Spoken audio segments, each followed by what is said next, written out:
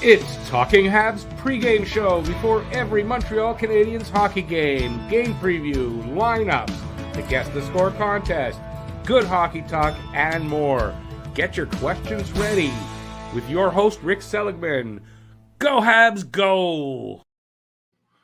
Hey everybody, game on! Game on! Buffalo's in town to take on Montreal Canadiens, and hopefully, maybe we'll get a win here today. News is that Montembeault will be in nets. Hammond didn't get here in time to get in nets. He's here, but he's not in time. So we won't be seeing the Hamburglar today. But that's not a bad thing. I mean, Montembeault, I like Montembeault. And Montembeault should do a good job. I'm just worried about his wrist. News also that Ben Sherratt is now on the IR with a lower body injury. So everything that everybody was afraid of happened. I don't know the length, though. The length of time for recovery isn't known yet. So I'm here alone right now, but Matt will be on very soon as he gets settled into his seat. He will be on. I'll let you know when that is. Well, we'll see him. If all works out well and no technical issues, Matt will be coming to us from the Bell Center. Don't ask me more questions. Let's see who's here. MMA comment? Yeah. Hey, Daryl. Rick, hope the Habs can get a win today, as we all do. I do today, definitely. From Marty St. Louis, Habs look a lot better than they were a month ago. They look a lot better than they were three games ago. Just go three games, and they look so much different. Two different teams. So, yeah. So, yeah, we're almost ready to go. Hey, who's here? 5 people. Let's say hi. Say hi, y'all. How's it all going? So I did the preview in the pregame show. So let's just go. This is all I got left from it right here. So I only left this one thing. So it's Buffalo at Montreal. Buffalo is 14-24-8 for 36 points. Montreal 8-32-7 for 23 points. They're 8th and 7th respectively in the. Okay, so here we go. Live from the Bell Center. Hey guys, it's a little lonely around here. I can hear my own echo, but you know what? It'll be a fun game. Looking forward to it. So live from the Bell Center, Matt got lucky to get one of the 500 tickets because they're allowed 500 people right now. I think in 3 games, 2 or 3 games, and it'll go up to half capacity and then full a few games after that. So Matt got lucky and he's in there, so he's going to call the game for us from there, and it should be pretty fun. Let's see who's here. Blade, hey Blade, good to see you back. I had just said that Ben Sherratt is out and Monty is in net. Yep. So I know people are disappointed, but we still have our new coach to see how he does and to see what he does with his team. So far, he's been doing great stuff, and Sherratt's been a part of it, I guess, and so is Monty, or whatever. But a Hamburger hasn't, so that he's not there doesn't matter. I want them to win anyway. I want them to win today in Buffalo, right? And they're in Montreal. Sorry, you're not in Buffalo.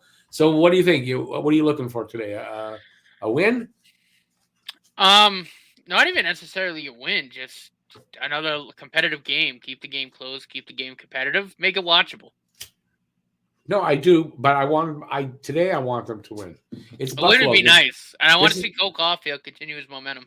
Yeah. See two goals. Well, 3, 2 counted in the last 2 games. Well, people will argue with you with that, but you're right. That's right. So yeah, I'm happy with that. But today I want to see a win. I'm not going to be unhappy as long as I give a good game. That's really what we're looking for. But today would be nice to get a win. It's a good shot to get a win. I also want to remind everybody, this is a hat. So I'm giving away a hat. I can't turn it over because all the names are in there for the draw. Okay, so this is the draw for the donation giveaway draw. So I do this every now and then. Anybody who has given money to the channel, their name is in that. And if you're a member, your name is in that. And it's probably in there multiple times so that once for every month. And it's been – I lost track, so I went a little farther back then. I mean, a little where I wasn't sure. And then, okay, I'm pretty sure here. So some people might be in. Anyways, It's my birthday weekend. Doesn't matter. Mm-hmm. Hope everybody, whoever wins, will be happy. That's all that matters. All right, so we're doing that in the first intermission. We're gonna, well, not me because Matt's down. He's not coming from the Bell Center just to do that. But I'll pick the name, and somebody's gonna win a hat plus, depending on your gender, a special something else. But it depends on what it'll be, depending on if it's a woman or a man that wins it. Mm-hmm. That's all I'm saying. That's all I'm saying. So the person will find out when they get it, but I'm not going to announce what the other thing is. Mainly because one of them I don't have yet. One I do. So I'm sort of shoot. Yeah, let it be the one I've got something for. Hey, Luca, how's it going? Don't say I didn't warn you that Sherratt was going to get hurt before trading him. So written on the walls, considering the season so far. Absolutely, Luca, you're right. Right? Yeah, just the way the season's gone, Sherratt was going to get hurt. So hopefully it won't affect his value for the trade, that he's not out too long. And he's back before the deadline. Hey, Habs Guru, welcome back, buddy. Good dinner. Last night was a lot better. And listen, Monty kept this team in the game yesterday. Right? Liam, no line changes. The lines are the same. The late announcement of Sherratt being injured means Corey Shenneman. Corey Shenneman's been called up. He'll be in the lineup. So there will be changes on the defense. I don't think there will be on the forwards. So, yeah. Shenneman was okay. Last time he was here, played well. Mm-hmm. So it's okay, considering everything. Anyways, they're playing Buffalo. I just want to hear how long. We'll find out hopefully soon how long Sherratt will be out for. That's going to be kind of important. So we'll just see how that goes. And also one last thing that I get to say here. Obviously, Caden Primo, like I had said was going to, not that I knew, but I mean it was obvious, was sent back to Laval right after the game yesterday. Mm-hmm. So as expected. So good for him. I'm glad Primo's back in Laval. And that's the biggest reason why I'm glad they went and got Andrew Hammond. That's it. I mean, what's he going to do? What do you expect from Hammond, basically, Matt? At least some steady goalie play, and this is going to be his first shot in the NHL in a while. So, for him, something to prove. And you don't really have to, I wouldn't, you don't have to, if I can find my words, you don't have to really worry about his kind of confidence being shot because he hasn't faced 1,000 shots a night. I think he's going to have something to prove, when he finally gets to start. You got to think he's got something to prove. By the way, I don't even know when the game's starting because I didn't put my game up. So I'm doing that now while I talk to y'all. I think this is what I actually got to say to you. That's what you'd like to see, but what are you really expecting realistically from Hammond? Few more saves than Caden Primo, obviously. Yes. Better play than Primo. And I think I know he hasn't played much in the NHL, but a little bit more of a veteran presence on that back end. Because obviously we don't have Allen there. It's not just two young guys kind of in their first. I'd say basically their first full year being starters in the league. You kind of have a veteran presence back there, so a little bit more steady play. We got a game, by the way, it's on. Yep. All right, so we got a game on. No, it's same thing. Just better play than Primo, a little more steady. He's 34, so just kind of that. I don't expect a ton from the guy, but played. I don't know. I mean, I'm just expecting him to be in net and a healthy body, and a capable average goalie. Hey, Hawko, how's it going? Dorval Rick and Massachusetts Matt. What's going on, Hako? It's Suzuki. Throws it in front. Broken up. I'm learning. I'm learning not to adjust to the time you have because you jump ahead after I do that. So I'm staying ahead of you if I am, and then we'll even up. What time you got though? I don't have a clock yet on the thing. 19:10. Oh, we're right at the same time. You're gonna go ahead of me, I'm sure. It was funny the other night when you were like 2 weeks behind me. I'm probably gonna be 2 weeks behind you again. I was hoping one of the weekend games would be on TV. It's a nice, well, not today. Yesterday was Saturday. The game should have been on. And it was a nice day. I could have had my window open enough to, put the antenna out. I would have got it, but now today's too cold anyway.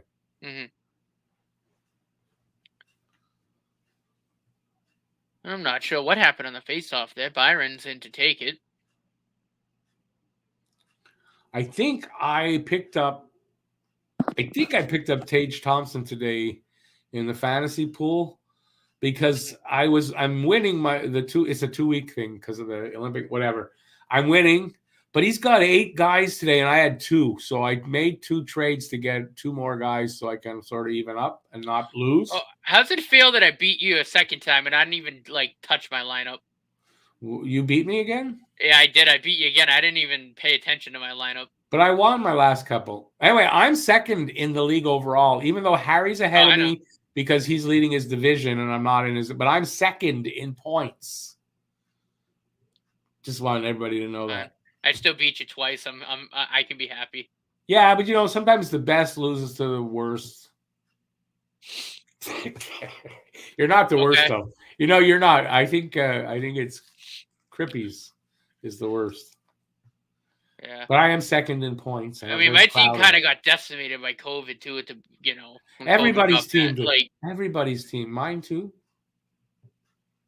No. I mean, injuries too. My, but it is what it is. I'm just happy I beat you twice. Yeah, that was really my only goal. I wanted to beat you twice. Yeah, I let you win. You didn't. Okay. Yeah. Caulfield, nice move. Yeah, I gave it away at center ice. So 17 for the Sabres. Shots it back for D in and around. So we got 17:40 left in this first period. No shots, no goals. Shot on, deflected out of play. We'll have a face-off to the right of Sam Montembeault.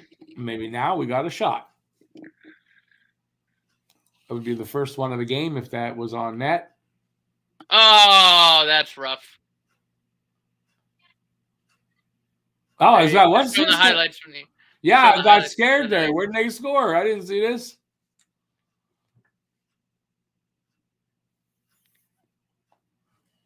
Down in a drive, stopped by Montembeault. Broken out by Lackinen. So the other thing wasn't a shot. Played off the boards. Lackinen with a pick at center. Plays it in and around. There's Petrie in on the forecheck. Taps back a little bit.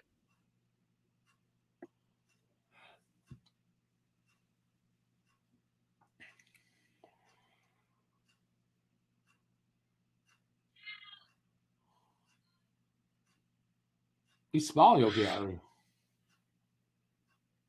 Good back check by I can't even tell who that is. Oh, Hailing. Yeah. That was good shots there. Payling's playing good. I'm happy with Payling's center by Weidman, backhanded in. Habs are going to go for a change. I'm happy. Payling hasn't been bad. Yeah, I'm happy with his play. Yeah.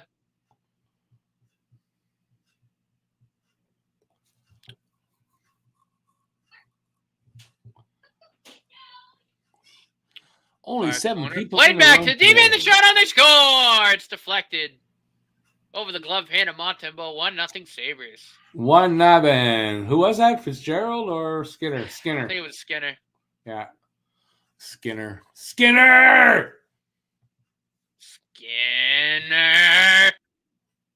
Yeah.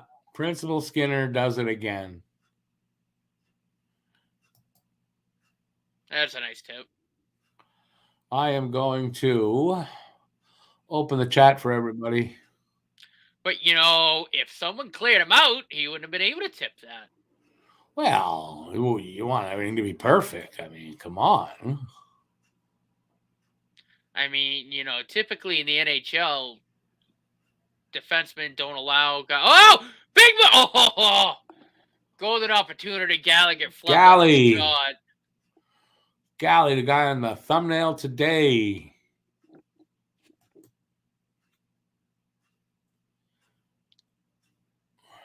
Yeah, I'm trying to open up the chat. It's taking a while.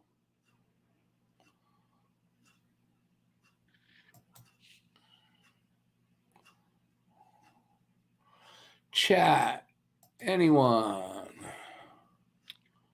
Thompson thrown out of the dot. Firing to take against Alex Tuck. Alrighty. Chat's open, everybody. Everyone can chat. Tie up. Quick shot on by Gallagher. Stopped. Yeah, Blade, Hammond didn't get to Montreal in time. That's the reason why he's not playing. That's the best I can tell. You can't just have a guy come off a plane and throw him in. Tuck splits the D. Stopped by Montembeault. Big save, Monty. Who was that did that? Alex Tuck. That was Alex Tuck. That was Alex Tuck, yeah. Big guy. Chris, 1-0 Sabres. Just walked right through the both of them. Wonder how happy he is to be in Buffalo as opposed to Vegas. Yeah. Not at all. I'm sure. Not at all. That's going to be a tough one, no? That's got to be tough. Yeah.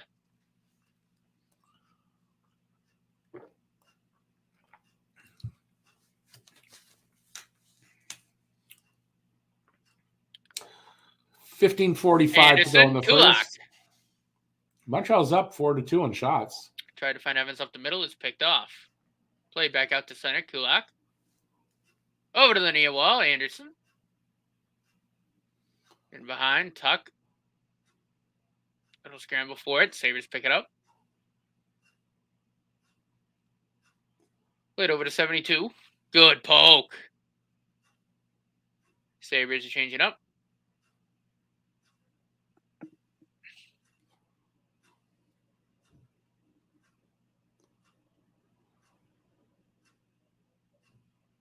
Finally played into the Habs defensive zone. Montembeault. Petrie. Chris, I think, yes, he is the backup today. Because Monty's not, Primo's not here, so. Montreal's been starting slow, but they pick it up under Louis so far. Palin couldn't win the race. Cody Eakin off the boards. Poso. Shot on. It was all the way back out. Played in and around. A little scramble behind Montembeault. The puck squirts out to the near wall.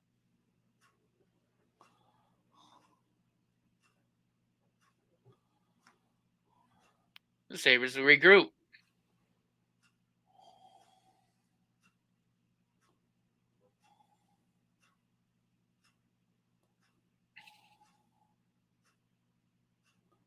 That's Suzuki. We got 6 minutes gone in this game so far. Poked over to Toffoli. Good to see that line back together. Toffoli, Suzuki, Caulfield. That puck's played up. Caulfield over to Weidman. Backhanded into Toffoli.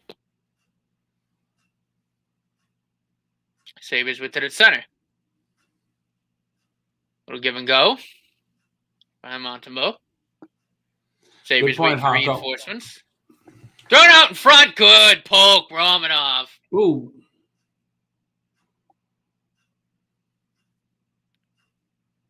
Habs still can't chip it out. Having a real hard time trying to chip it out.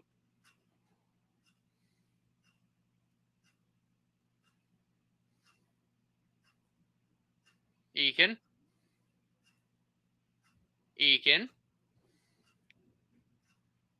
Over to 79. Or 78 rather.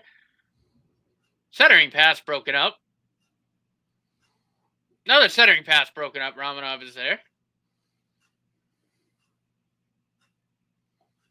Come on, guys. Get out of your zone. There they go. It's backhanded in. And line 2 will come on to the ice. Shot on. Stopped by Montembeault with a blocker. Another shot on. Took a deflection, but it's blocked in front. Sheneman. Good long run without a whistle. It's up to Byron. He's got a step. Tried to shovel it 5-hole. It's stopped by Anderson. Byron with it again. But nice to see him back. Shot on by Shedeman. Floats wide. Whatever shot in. Byron, Shedeman. Oh, no. Puck got held up. Petrie and Shedeman back. One-timer, stopped by Montembeault. Caught him up high a little bit. Good stop.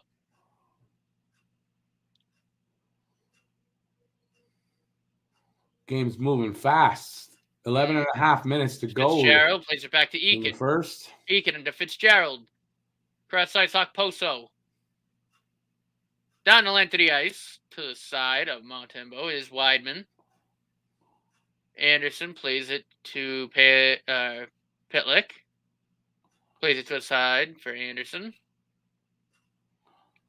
Weidman a one-timer. Hit a few bodies and went wide. Kulak. Can't find a centering pass. Referee blocks Jake Evans from the puck. And the Sabres have cleared the zone. As far as center, Habs regain.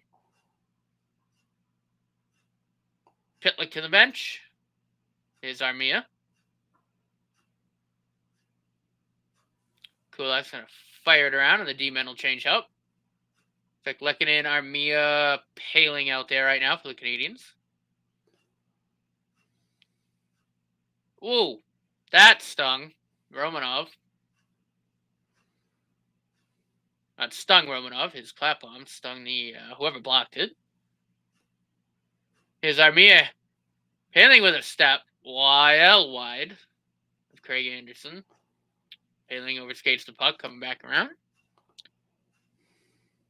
It's 24 for the Sabres, thrown in front, sticked behind by Montembeault.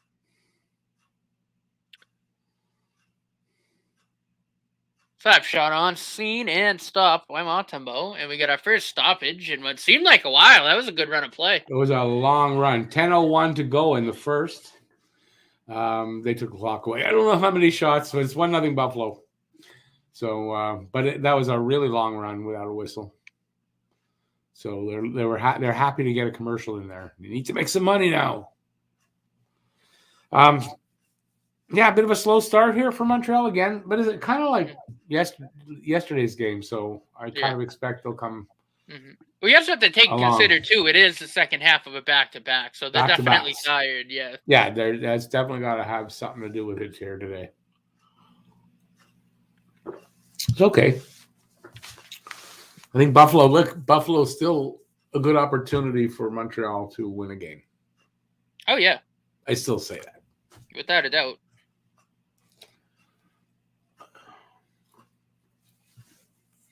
And like I said, they started slow. I'm sure Marty is there running around behind the bench, talking to everybody, getting them going. And yeah, so we'll see what happens. So what do you guys so far think about the game? Let us know in the chat. Chris, yeah, well, I'm glad to see Primo is back in Laval, you know. But I mean, it's worrisome now with Primo, but he's young still, and he's a goalie. He could take him a couple more years yet. Who asked that? Pierre Luc, I guess. 42 shots against yesterday. That's a little high. We gave up some shots yesterday. Yeah, we did. Quinn, these games aren't as painful now with the new coach. I don't find, but they have been up to now. I'm more excited. They're playing better. Is Primo any relationship to Keith? Yeah, it's his kid. Keith Primo is Caden's father. That is correct. Face off. Montreal wins it. They get it up over the line. Oh, nice little pass. And a shot from the slot by you're ahead of me. Caulfield. How'd I get ahead of you? I don't know. Oh, Suzuki to Caulfield. That shot just high. No. You're that far? How'd that happen? I touched nothing. Who knows? Hey, born to be a Hab. Thank you. I appreciate it. I'm doing good. How about you? It's going well. Going well.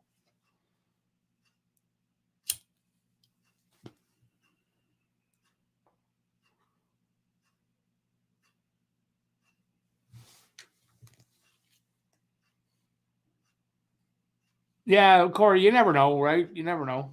It's what they're born to be. All right, so at 9 minutes left now. 8-6 are the shots in favor of Buffalo. It's a 1-0 game for Buffalo. Oh, a little centering pass. Didn't get to anybody but a Hab. Here comes Hoffman. Crosses the line. Tries to drop it back. Oh, no, goes ahead. I'm sorry, ringed it around. But Buffalo picked it up, and they've got it. And now they have it out in the neutral zone. Montreal chips it back in. It's offside.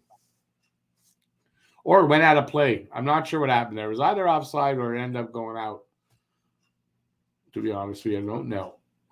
Oh, man. That was a nice shot by Caulfield, but yeah, about a foot too wide. Great pass by Suzuki, too. Yeah, they've got some that's got to be looked at again. And it looks like he's playing with Caulfield and Suzuki playing together. Kind of looks like it. No? I think that line is Caulfield, Suzuki, Toffoli. Yeah, it's supposed to be Lehkonen was supposed to be, but maybe they shifted Lehkonen back. I mean, Lekkonen's fine there for a while, but I don't think he needs to be there all the time. He shouldn't be. I think they were showcasing Lehkonen a little bit. Yeah, I know his name's kind of come up in rumors, but hey, listen, I mean, if they do a rebuild, guys are moving. Yeah, but no, what I want to touch on too. I mean, we know how good that Toffoli, Suzuki, Caulfield line can be, and if St. Louis, if he wants to kind of bring this philosophy of freeing up these guys to be creative, like why not put them back together? Yeah, 100%. See what they can do now. Yeah, I mean, listen, he was a fourth liner for the last 2 games. He got a goal in each game. It's a little bit of saying, here, you're doing a good job. You're back. You moved your way back up. Yeah. Let's see what you can do, So, thank you, Pierre-Luc. You put it up? Awesome. Pierre-Luc, thank you. Some Pierre-Luc hype in the room and some Dono hype. I appreciate it. As a matter of fact, Pierre-Luc, you're going to get your name in there. I just got to find. That's what I'm doing on this paper here. Anybody who donates today, before the first period intermission, you'll get in.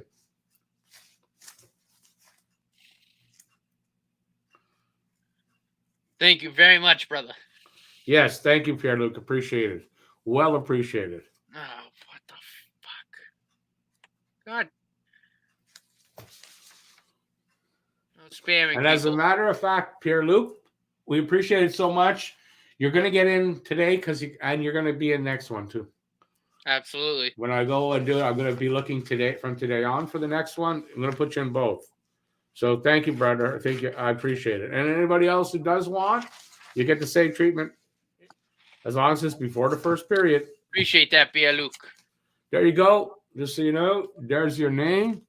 I don't know if you can see it, though, with all the sun. Pierre-Luc. Oh, I'm not holding it right. Weidman. Anyway, it's going in. He looks for a pass. He's going to flip it up. Thank you. Pitlick with it. Plays it around for Josh Anderson. Anderson's going to backhand it. A little scrum in the corner. Who's going to win the puck? It's the Buffalo Sabres. What'd the New York Rangers guy do? He was spamming. Spamming, okay. Yeah, I took care of it. No spamming. No spamming.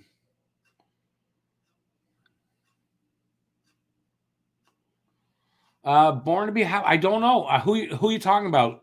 Put their names up there. I don't know who you mean.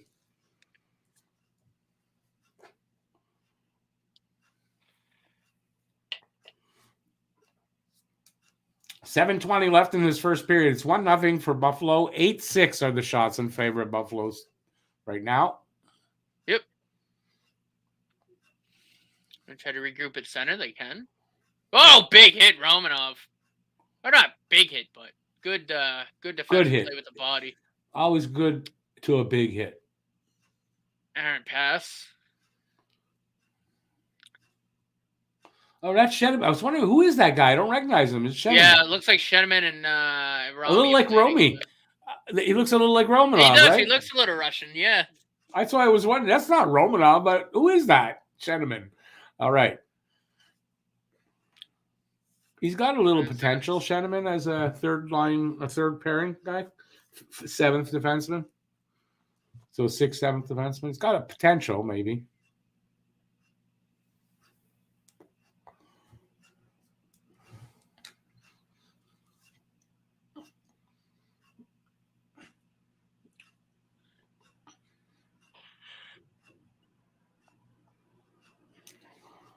Caulfield.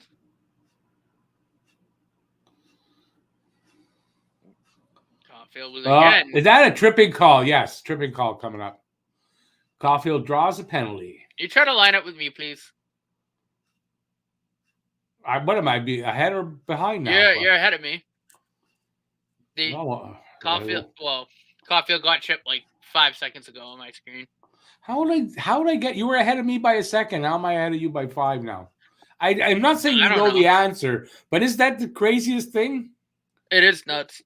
Did one of us speed up? Like, did your feed speed up? Mine? Like, what happens? Weird. It's really, really weird. Anyways, Barnaby Hab, what are the names you're talking about? Because I'll give you an answer, but I don't know who you're talking about. I mean, I'll give you an answer as best I can. 26. Darlene with the penalty. Tripping. Kit Kat is 30% chunkier. I just thought that was funny. That's why I said it. I'm at 6. They just dropped the puck on the power play for me. Yeah. Patriot drive wide. Whack at it from Pitlick, but he can't keep it. Petrie's going to regroup behind the net. Galley's getting a penalty, I think.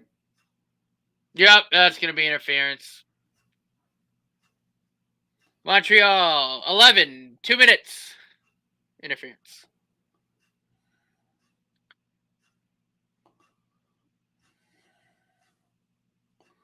So we got 1:41 at 4-on-4. And then they'll have 19 seconds. Man, I don't know about that. I mean, again. It was interference. I mean, it kind of was. Kind of, but it's all. I mean, I get it by the letter of the law, but it's incidental contact. Got one guy skating backwards looking at the puck, and one guy skating forwards looking at the puck. It's not that. Listen, that could have been a penalty. The thing is, they're inconsistent in how they call them. That's the problem, right? Yeah. But, like, I get it. Like, by the letter of the law, yeah. I mean, that's totally interference, but it's like, in that particular instance, it's incidental. You know what I mean? They're both looking at the puck. One's going backwards, one's going forwards. They're not looking at each other. It's a soft interference call. Yeah. Like Petrie's tripping call was soft. It was tripping, but I mean, it was like at that point in the game, that's a soft call. Yeah. Ooh, Toffoli was a good play behind the net. You try to 5'10" right now. Oh, I'm at 450 right now. 5 minutes. So no, I'm not 5 minutes. 5 seconds. I'm 5 seconds ahead. It can't be 5 minutes. I'm at 5. No, I was at 5 minutes. When you said I'm 10 seconds ahead of you? Yeah. I should be calling the game then. That's my job. Yeah, except I'm ahead of you, so if you're even farther back, that's no good for the people. It's a breakaway! Stop by Montemo! X3J, they might be a little bit. Listen, it's back-to-back games, so it's possible they're tired a bit. So we might have that happen. But I don't know. For me, I'm feeling that once the goal got scored, Montreal started to play a little bit better, I thought. And I see that with St. Louis. You get a goal against, and he tightens up a little bit. You know, so it's kind of like, you know, he's at the opening of the game. Basically, the strategy is let's see if we can get an early goal. If you get scored on, he tightens up a little bit. They play a little bit better defensively. Anyways, maybe I'm not seeing it right. I'm not the greatest at analysis. I'll be very honest with you. And, yeah, so guys, let me know in the comment section if you agree with me, don't agree with me. Let people who know better and see it better than I do give me your opinions. Luca, if you're out there, I'd love your opinion on that. I like the way Luca sees the game.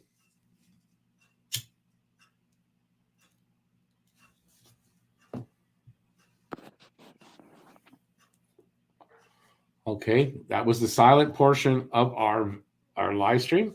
Everybody can now start moving around and talking. Thank you for a moment of silence. Appreciate it. I don't know what it was for, but we do that every game. All right. We're waiting for it's a commercial break. And we're waiting for Matt to catch up too. One of those. So how's the Bell Center these days? Well, I'm pretty lonely. Sounds really quiet up there. Kind of quiet over there. It's pretty quiet. No one working concessions, so I couldn't get any beer, which kind of sucked. Odd thing is, like I see the ice on, but and the nets. I haven't seen a goal yet in net. Yeah. I don't know. Is that the net? Yeah, I think so. Yeah. Pretty cool how you do that. Yeah. All right, back underway. Montreal in their own end. They come out. Romanov carrying over the line, goes to the boards, into the corner. He's taken into the corner, and Buffalo picks it up. Not cleanly, though. Two guys in, Montreal gets it. Oh, a centering pass, and the guy couldn't control it. So back in the corner. It's a half wall. It's Pitlick. Loses it. Number 72's got it for Buffalo. Over the line. He loses it to Pitlick again, I think. Pitlick dumps it up into the neutral zone, and Buffalo comes back over into the corner. Now the half wall. Centering. Nope. Cross ice doesn't get there because a Montreal stick got in the way. And goes down all the way for an icing call.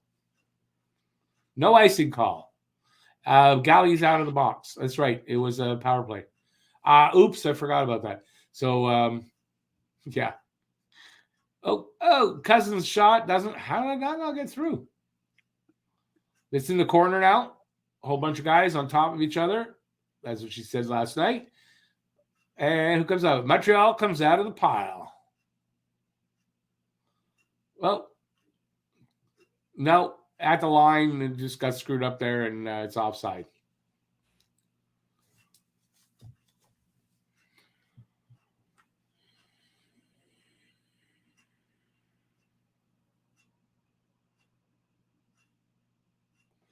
Yeah, they're splitting the defense. Defense still has a little bit of work to do. Positionally, I think. Mm-hmm. And that's what the guy's saying. I kind of agree.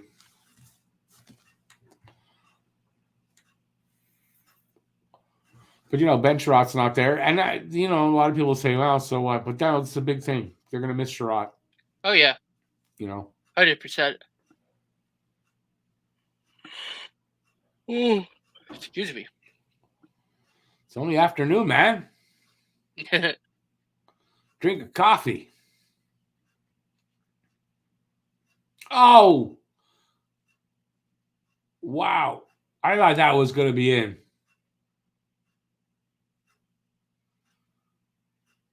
I didn't describe that very well, did I? It's too late. Here comes Montreal. Lehkonen at the half wall. Puck goes to the corner, rings around, goes to the other half wall, and out. Montreal collects it. They back up into their own end. Everybody, some change and some don't, and they set up. Romanov comes up with it. Pass over to the other cross ice, and then Sheneman sends it all the way in. It rings around to the other corner. Montreal comes up with it, back to the point, back to the other point. Right in the center from the high slot shot. I don't even know if that hit the net, though. It's Buffalo has it now in their corner, the half wall, and Montreal steals it, and then Buffalo steals it back. That shot by Suzuki might have went out of play. Which shot? The one that was a big chance there? I didn't see who took it. It was Suzuki. It got deflected and went straight up. I don't know. It might have been one of those things where, it goes out of play, but, the refs just don't see it. Yeah, well, they miss a lot. That's for sure. They do.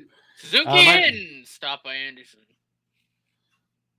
Suzuki with it at against the boards in the Buffalo end against two Buffalo guys. Then Buffalo ends up with it out over the line. Guy stops and spins, but gives it to a Hab. So that's good. They get it out in the neutral zone. They're fighting for it there. Back and forth. Montreal dumps it in. And I think it was Anderson. He runs into a guy. Boom. Okay, Buffalo's got it. They come out over to the line. Through the neutral zone. Over Montreal's line. Krebs drops it off, and the puck goes all over the place. Now Buffalo's got it again. Ooh, going too fast for me to describe. Montreal picks it up in the slot and comes out with it. Yeah, the guy just dumps it in. It's no icing because it only goes down to the circle, but they go and change. And so does Buffalo, and everyone's setting up, and here we go. Buffalo stretch pass goes right to the Hab. They come up. No, that's not offside. Gallagher, 2 shots, a shot and a rebound. That looked offside to me. If that was a goal, they would have checked that.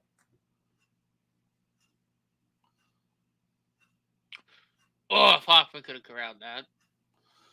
Daryl Adams, the first period's already gotten better. Like it's almost over, by the way, everybody. Daryl says find the game so far a lot better than yesterday's first 2 periods. Second period yesterday was not great, was boring. First period was kind of half-half. This has been more exciting, though. Although the first period yesterday was a lot of energy and good pace. Oh, I think that got deflected off the pipe. Anyways, this game's got good pace because there hasn't been a lot of whistles. And that's going to do it. Good save there by Monty, getting it, not letting it trickle through there. Mm. That Gallagher one they're just showing now, that I thought he was offside, man. But, I mean, that's too hard to tell. I'm not experienced to do, and I'm not there. But it looked like it was close anyway. It looked like he came back out.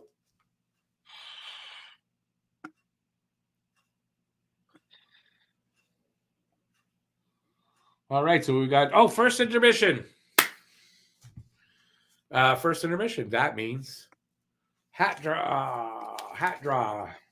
Everybody ready? How many we got? We got 17. No, it's low. I'm surprised that not more people. What's going on? There must be a game in I know there's a lot of other NHL games, a couple others. Olympics. Must be something going on Olympics-wise. Otherwise, that I don't know. Otherwise, I mean, everybody should be here. I wonder if Kelly came back to see if she won. She was so excited about winning. I don't think so, though. All right. So if you have given any money to any donations to the channel, I don't want to see. Your name is in here. Whoops, that's not good. Luna's name just popped out. That was not on, but Luna's name popped out. She's a member. Okay, so nothing in my hand. A rabbit. No. Okay, just going to try to find one. I get an individual name. There we go. I think there we go. We have an individual name. Oh, wow. That's weird. Somebody hasn't been here in a while, but that's from a member. Rob Adario. He comes in every now and then still, but Rob Adario, if you're out there, you have won. Next time he's in, I'll let him know. Or I'll try to find one of his comments from a while back and see and let him know. So Rob Adario, sorry, Kelly. So you see it's not fixed because I probably would have given it to Kelly if it was fixed. So Rob Adario, you're the winner for the hat. And unfortunately, I had something for a girl, and I'm gonna get something else to add into the hat. So he's gonna get a hat just like this, where I can take the names out now. Everybody can see all the names. Whoops. No, not yet. And you can see different. I'll just pick up 2 here. Just so everyone knows. See, they're different. Oh, God, the sun. You can see they're different names. There you go.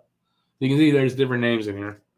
I just always worry about people think I might pick out a favorite. Believe me, there's people I would like to give that to Kelly, but it's not fair, right? Everybody's given and everybody gets the fair chance. Even if it's just, the smallest donation, doesn't matter. You're in here because that's fair. All right. Enough about my my great, I don't even know what the word is. Trustworthiness about it. I don't know. It always makes me worry that people might think I'm, giving it to somebody because I like them or favoritism. It's nothing against Rob either, right? There's nothing against Rob. It's just Kelly's been so vocal about trying to get the hat. Anyway, there's always a next draw. The next draw will be for this hat right here. Nice. You can see it kind of shines there. So this is going to be the hat, the next hat. It's a really good hat. It is a new era 950 snapback. So I don't know what that means, but it's really nice even inside. It's a really nice hat. The only thing I'm surprised at is this here in the back. Usually they don't have that way, it's the piece of material, not the plastic thing. That's the only thing for me that I'm surprised. But it's, it's not a cheap hat. I did get it on sale. But I'm Jewish, so that's how it is. All right, so we're going to display that one back there. All right, so so congratulations to Rob and everybody. Don't forget, Pierre-Luc, you're going to be in the next draw already. So Pierre-Luc gave money today. He was in this draw. He'll be in the next one. So good luck to you on the next one there, Pierre-Luc. So anytime you give any donations to the channel, your name goes in for the giveaway. And we do this depending, how well it does. I mean, I'm being honest, right? It's, every month to 2 months, there's a draw. All right. Pierre-Luc, as long as their legs don't get, but their second period was the worst one last game. I'm just looking for better. Like I said, they don't have to win as long as they play and compete and do that. I can't believe I got. Ron McLean is talking in my ear. I don't like that. I'll put that on mute for now until the game starts up. So as long as there's compete and there's effort and all that, I mean, what else can I ask from these guys? And that's what we got on yesterday afternoon. And we almost 8 seconds from at least going overtime, So I thought it was pretty good. And that's their lowest loss total, like goal differential in a loss in a long time. Just a 1 goal loss. It's been a while. So it's usually 3, 4, 5, 6, 7. Right? That's the number. So it was good to see. The effort is better. There's an effect with this coach. And it doesn't mean that they're going to win a ton more. They're not. But the effort is better. And the new culture of working hard, of never giving up, of you always have a chance, be smart, be creative, do, good reads. That new culture is being instilled right now. And as long as he stays, Marty St. Louis, that will go forward. And listen, if he has a really big effect and whatever, it'll go forward after him as well. Right? So this is not just for this year. This is a big thing what's happening with Marty St. Louis if he sticks around, which I believe he will. I think Marty St. Louis is not just an interim coach or won't end up being just an interim coach. So, listen, hey, if and this is not a knock on Ducharme, but Ducharme was interim and then he got signed. I can't believe that Marty St. Louis isn't at very least as good a coach as Dominic Ducharme, right? Right? So. Oh, I agree. And it's not a knock on Dom. It's not. It's not fair to knock. I'm not knocking him. You know what? Dom was a good coach. It just didn't work out here. And there's a lot of reasons why it didn't work out here that weren't his fault. So I'm not going to come down hard on the guy when he's down. If he goes somewhere else and then it's the same thing there, okay, that's fair. But not here. No. Too many things went wrong here. So, but there is a difference, basically under the same circumstances with between St. Louis and Ducharme with the team, right? There's a huge difference in the team. So it wasn't a fit. Maybe it wasn't, as much as he might have wanted to be the coach here, maybe it wasn't a good fit for him. That happens too, right? Even with coaches. So Anyway, not to be a Dom Ducharme apologist, because I'm not. I just don't like to see somebody being unfairly beaten upon. I think that's what it is. In fairness, right? That's all. All right. Where are we at? Where are we at? Where was second intermission? First intermission. Yep. And we just gave a hat away. Hey, I just woke up. Welcome to Being Old with Rick and Morty. Oh, man. But if it was Rick and Morty, you'd be the old man. No, Rick is the old man. Yes.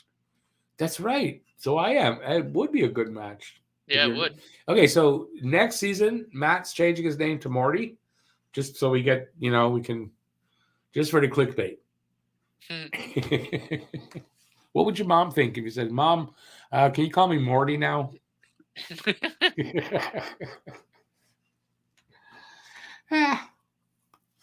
Craziness continues right here on Talking Habs, and you never know what could come out of my mouth.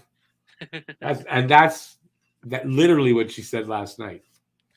I don't know, but somewhere some woman said that last night. It wasn't me, around me, that's for sure. All right. Unless my dog talks. And I told her, don't you ever tell anybody what we do. No.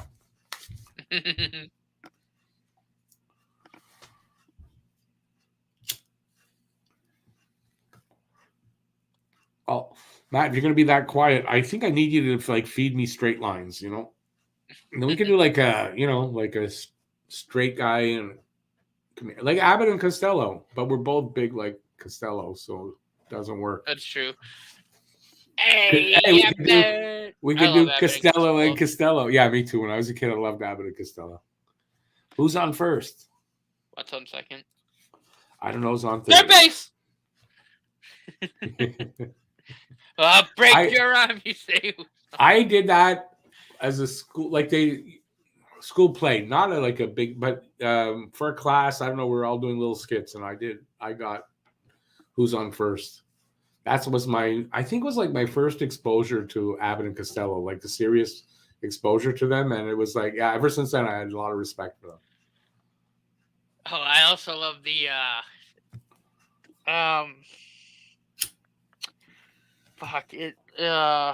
what is it? I think it was 7 times 13 is 28. That skit's hilarious. Oh, with the money. Yeah. Okay, give me and he distracts him with numbers, and then all of a sudden it's less. Yeah, I love that. That's good. Yeah.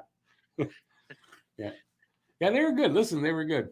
Different day and age. Yeah, but it still holds up. So I mean, I think to me anyway, I still laugh my ass off. Yeah. Well, it held up at least when I was a kid. I don't know. I haven't watched it in a long time if it does with kids today. But with kids today, but like for me, like I love all of like those old comedy troupe. Like I'd still laugh my ass off. And I have my dad to thank for that because he introduced me to all that. Problem for me though is when I was a kid was kind of like in the era of the dinosaurs. It was before Abbott and Costello, so I don't know how I knew about it, but I was very forward thinking when I was a kid. See, he doesn't laugh. One thing about a straight man. No, you don't think you're supposed to laugh at my jokes, though. That's true. And you do a good job at that, Matt. Just want to say. And as you can see, when Matt turns his head, you can see what's in his head. And if you notice, there's nothing. No, turn completely, look to the side. No, I know. There's nothing. You can see right through. There's nothing there. And I've said this for a while, and there's proof. Oh, God. So who's that? Skinner that's up there? Who's talking? Yeah, that's Jeff. I think that's Jeff Skinner. I think so. That's Jeff Skinner. Saying, talk about bad contracts. We can say, how come all of a sudden you can score some goals? What happened for the last 2-3 years? Well, Jack Eichel was here and I didn't like it. So I decided. You know what I did want to touch on during the period? It slipped my mind, but I just remembered it now. But kind of talking about St. Louis and how talking about guys that work hard, that I think could kind of, in a way, not like flourish, but like that I think could really develop more, especially under him. A guy like Rem Pitlick. Yeah, Like, to me, Pitlick. I feel like Rem Pitlick is another one of those guys that's kind of gotten a little bit better. Yeah. He works really hard. Like, he's got a really high work rate. I think he's got 6 points in the 11 games. I think it's about 11 games he's here, so that's pretty good. No, and he I'm works. happy Like, with he's that. another effort guy. You know what I mean? Yeah. Like, he's everywhere on the ice. Like, I can see Marty St. Louis liking him yeah. based on his work. And the guy's, he's not a superstar, but he's solid. Yeah. No, he's just another one of those effort guys. A really, really good depth piece. Yeah, I think so. It was a good pickup. Just for fun, to kill time, Corey says, if you could pick one Canadian city to add an NHL team to, not already mentioned, where would it be and why? Well, I got 2, but I know one won't happen. The other one probably won't either. For me, obviously, Quebec. I don't know if it's one that's mentioned or not mentioned already, but if it's not something like that, I vote for Halifax, to be honest with you. Halifax would be cool. That's where I would go. Halifax, or for me, only because, I do have a little bit of family lineage from there, but St. John's, Newfoundland. I just don't. I don't see St. John's having the population. They don't. And even Halifax probably doesn't. Yeah. But St. John's, I don't think has it. I'm not disagreeing with you. I just think something in that part of the country would be good if we can get a team there. I think. And then surprising might be Hamilton, which won't ever happen because of the Leafs. But I would like to have a team there so that I can like an Ontario team that's not the Leafs. Mm-hmm. But yeah, I think there. But I would really like to see one in Halifax. That's really why. I know there's a lot of good people down there.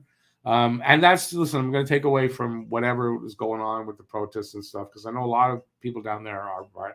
But there's a lot of good people down there, and a lot of good hockey players come from down there. And I just think it's a natural just from that, Mm-hmm. So I've seen too. A lot of people want a team in Saskatoon. Yeah, I don't know that they could handle. Yeah. But it might be a lot like Halifax. I don't know. I really don't know. But there are a lot of good hockey players that come out of Saskatchewan. Yeah, but I'm telling you, from the Maritimes and especially Nova Scotia area, there's a lot of really good, like, not just NHL players, but some like really good, some of the top ones. I mean, Crosby, right? Crosby, McKinnon. Marchand, I think, is from Halifax. Marchand's from there. I don't like mentioning him, but yeah. I can't believe he's appealing. He thinks he did nothing wrong. Yeah, he's an asshole. But think about it. You have a team down there. You're going to probably try to get some of those guys in the draft. I think you'd definitely get people going there more than their population would normally say, because they'd be going there because of these great local players, mm-hmm. that seem to be growing on trees from down there, man. Literally, the two best players probably in the league right now are from Nova Scotia. Yeah. Showing Naslin and St. Louis. They look so similar, man. They were the same height. Mm-hmm. Naslin also was like 5'7", 5'8". Same number, too. And they both had A's. Holy crap. Same number, 26. Yep. And now you saw Cole Caulfield's quote on that? He grew up wearing number 26, and it was because of Marty St. Louis that he did that. He's a huge Marty St. Louis fan. Cole Caulfield is not going back to Laval. This is another reason why Cole Caulfield is totally responding. He grew up idolizing Marty St. Louis. Now he's getting coached by him. Mm-hmm. Same kind of size, same everything, same, so much similarities. He's going to benefit so big from this guy. You know what's insane, too? That little video of Cole Caulfield, he stayed the same height. No, you see, everyone Cole Caulfield started out at 5'7". And now from his mouth, I heard this in an interview. Now, either he's tongue-in-cheek, which didn't look like it. He's the same height as Brendan Gallagher. And weight. Height and weight. 5'9", 170. As far as I know, I'm going to take it from where I heard that. To me, that is what he is. Could be. We'll see. It doesn't matter. You know what? He doesn't have to have grown. Marty St. Louis didn't grow, and look what that guy accomplished. So the point is, it's doable.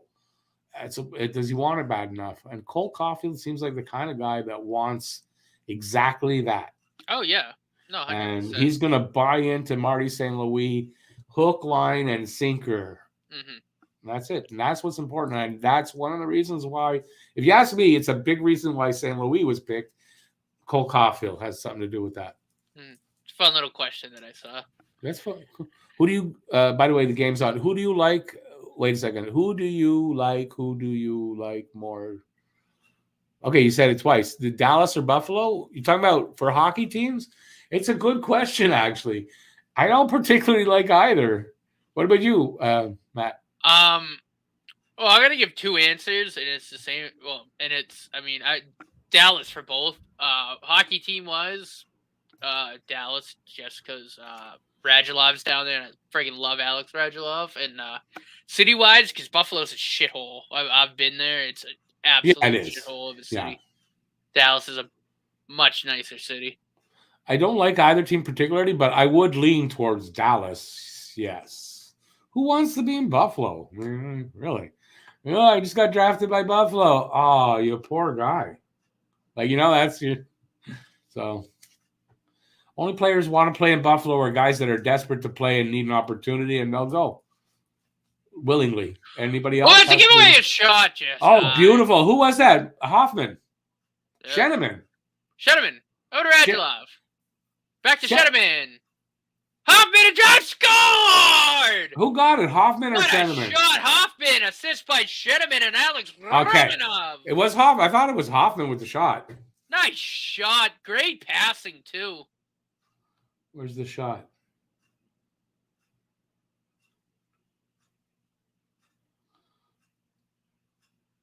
Boom. One-timer. And make no mistake about it. That was a good sort of faked them with the shot. And it was Byron over to Sheneman, fake shot over to Hoffman, 1T, top shelf. Love it. Yeah. So we got a tie game.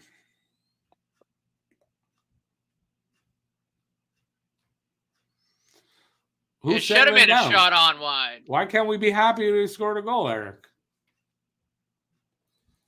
This whole season's been total shit to watch, and now it's fun and exciting, and you got us to settle down? Really? Come on.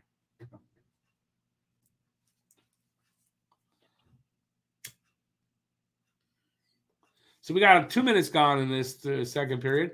Shots are 12-10 in favor of Buffalo still. It's a 1-1 game. 18:06. My timestamp. I'm at 17:51 right now. Yeah, I think you're still 10 seconds ahead of me. I don't mind. But I wish you were, so you could do the play-by-play. Sync up with me. No, but then you're going to go ahead of me. It's okay. You can do the play-by-play. What's the difference? If I sync up, we're going to be behind anyway. Yeah, but like, oh, he flubbed the pass. Lacking. Oh no, excuse me, that was Pitlick. He got shoved down. First it was fine. That second one, borderline interference.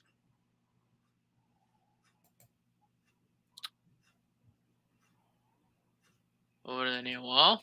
That's overskated by Lacking. What do you got now, time-wise? 17 minutes.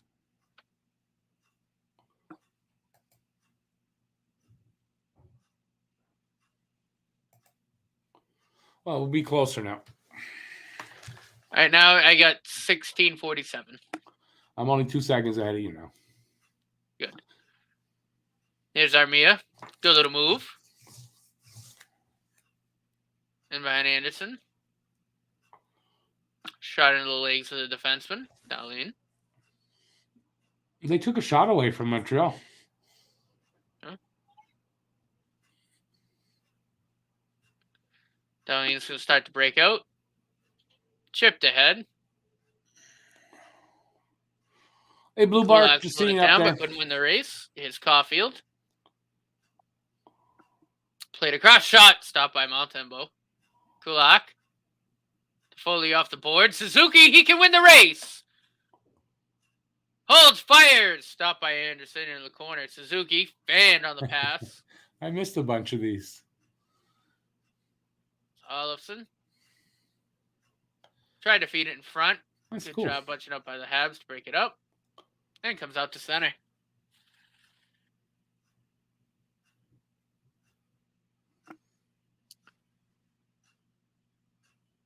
And plays whistle dead for offside.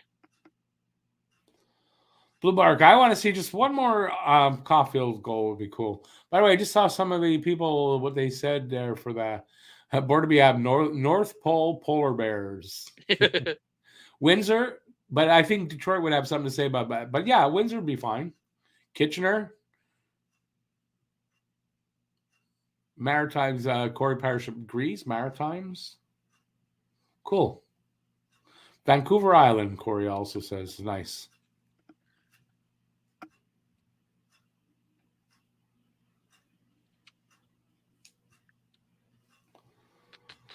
Think big.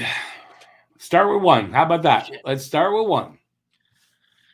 Shutterman plays a backhand. Scrum is won by the Sabres. Wrapped around. Montembeault with the legs down. Yes. Makes about 4 saves in a row. Yeah, something like that. Monty Sharp. Bad. And the puck is played out. Eric the Rock, that's Newfoundland. But that's going to be a problem for attendance, right? Population, I don't think there's enough there. I mean, they still have the, I don't even know if they're the Ice Caps anymore, but I thought the new St. John still has a hockey team, right? But it's like either a junior or like a minor league team, right? Yeah, I know they've had AHL. Montreal's had AHL teams down there. Yeah, they had the Ice Caps. I don't know if it's St. John or St. John's. Remember, there's two. It was the St. John's. They had the Ice Caps there. And they also had the Hamilton Bull. They had the Hamilton Bulldogs for a little bit. Then they had the Ice Caps, and then I think they went to Laval.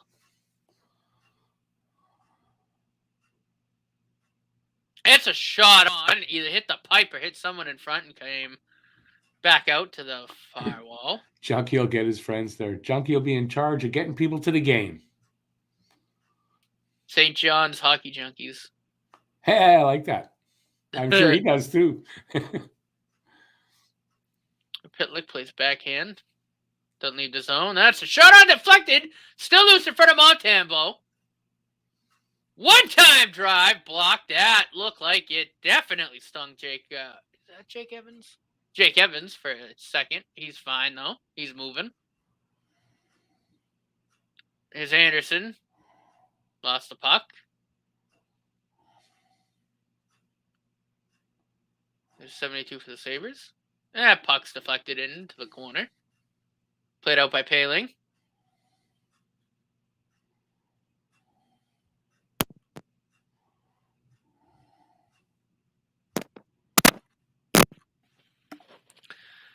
Right up the gut. It's another fast period, too. Away.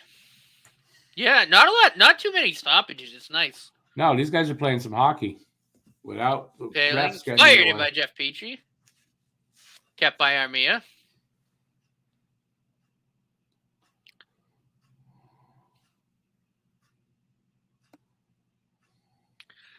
So we got under 13 minutes to go.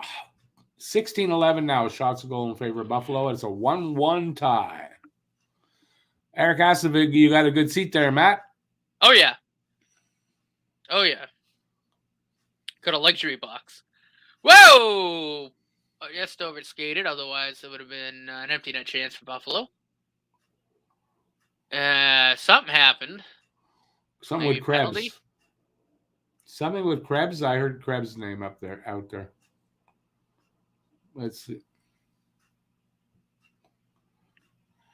What do I feel like they scored the goal and now they've been kind of dropped back and they've been playing slower. It does seem a little like that. Yeah. You know what I mean? Like, what the hell? You scored. Keep it up. God, I don't know. I don't know. What's up, King Krog? How we doing? Oh, it is a power play. I couldn't tell. I just kind of saw Is it? stoppage. So what? Krebs got a penalty for what? What was the penalty? Do you know? What was the penalty? Conservative. Born to be a Habs. Just saw that there. Let's go on a run. Drive those trade deadline prices. They don't have to go on a run necessarily. Just a run of good play, right? Good competitive games. Maybe maybe you get to overtime. Maybe win one, whatever. But that kind of good play again, What's up, and David? that's what they got to get back to. Looks like hooking. Hey, David, is hooking the call? That's what conservative lawyers said. And you know what, Blue Yeah. Bar? Honestly, I mean, at the beginning of the year, and I mean, you can go back and look at it. We weren't really impressed with Paling in the preseason. Well, But he's much better. he has turned it around. Yeah, I don't know what like got his into play. him. I don't know if something was said. I don't know if he's ready. He was done. They could take him out of the oven. He was done. They stuck a fork in him, and he was done. So put him out there, and he's been playing well. No, he wasn't ready. It took a little longer to develop. That's all. He put it all together this year. I think there's no doubt. At the very least, like this past preseason, like I know I was very unimpressed with him, and but he did at some point early on, and he is now an NHLer. Let it see if he can climb up to that ceiling of his. Oh yeah, Evans, that was right off the shin. Tripping on Krebs. Tripping on Krebs.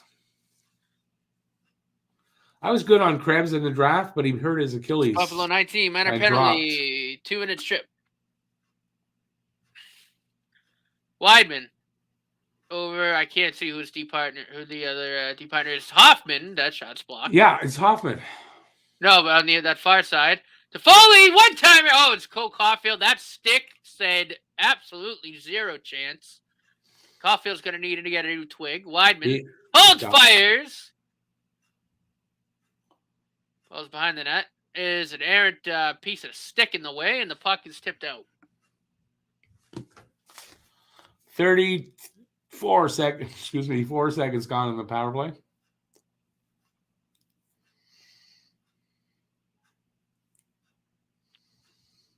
Caulfield.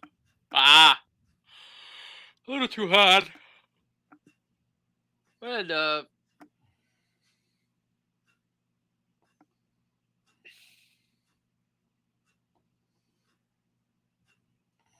well, that's the bottom part of his stick came up to me. Hold on, I gotta find it. Yeah, really? Did you see it anywhere? Yeah, when we actually whizzed by my head, I heard a buzz noise go by my head. That must have been a stick. Good, bad. You almost got stabbed with a Caulfield stick.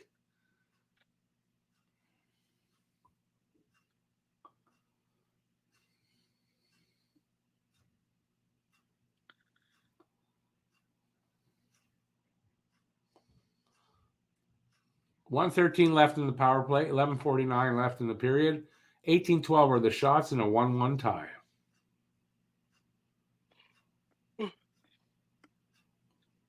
Petrie back to retrieve. No, I lied. That was Paling back to retrieve. Yeah. Sorry when the jerseys are scrunched up. It's hard to see the numbers. Yeah, puck's cleared out. That's Jeff Petrie. That's Petrie, yeah.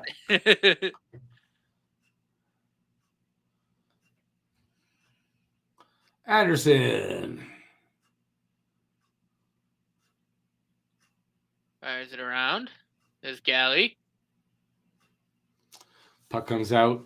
Race for the puck.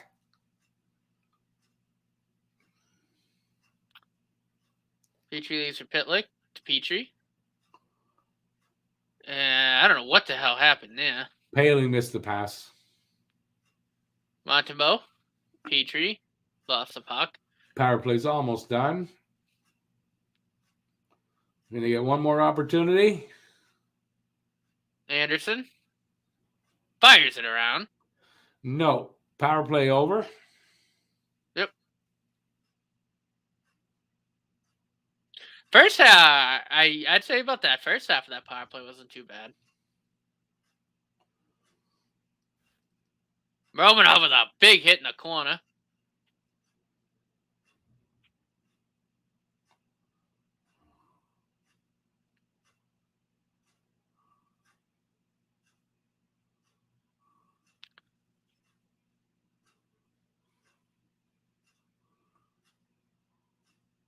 Lost tuck. Back to the Steven. The shot's high and wide.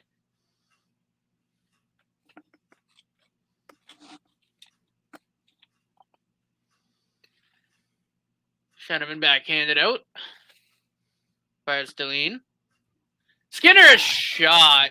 Score. Skinner with his second goal of the game. Makes it 2-1 for Buffalo at 9:45 left in the second period. On Buffalo's 20th shot.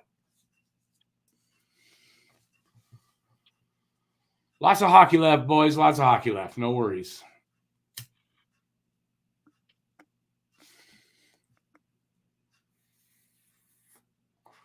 Remember, we're a bad hockey team. We're going to be chasing the lead often. That was a wicked shot, and Monty was screened. No, yeah, he was totally screened there. Yeah. That's just a wicked shot, too.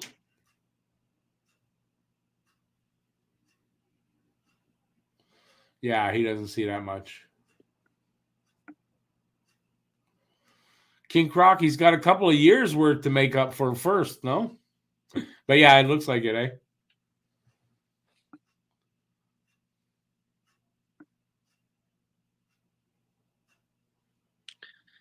Stick aside by Anderson.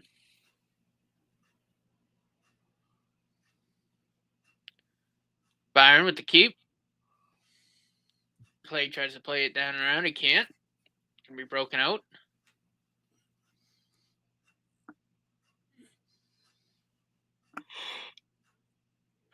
And the puck comes all the way back down in the Buffalo zone.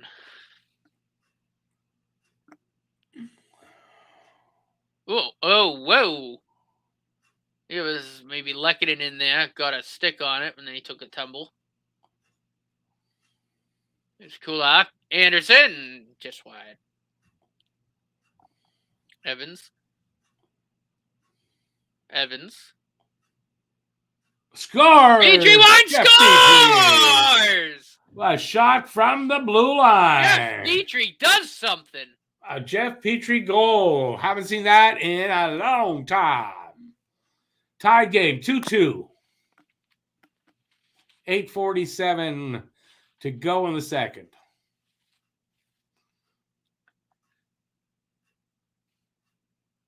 Crowd is loving it.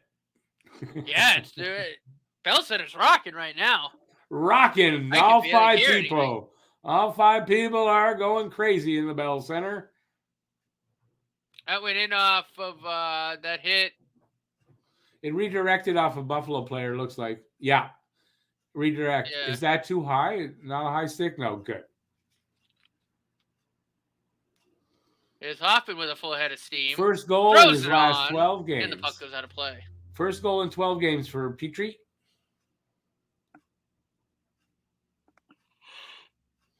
Is Marty St. Louis having an effect on Jeff Petrie? I don't know. Tune in at 11.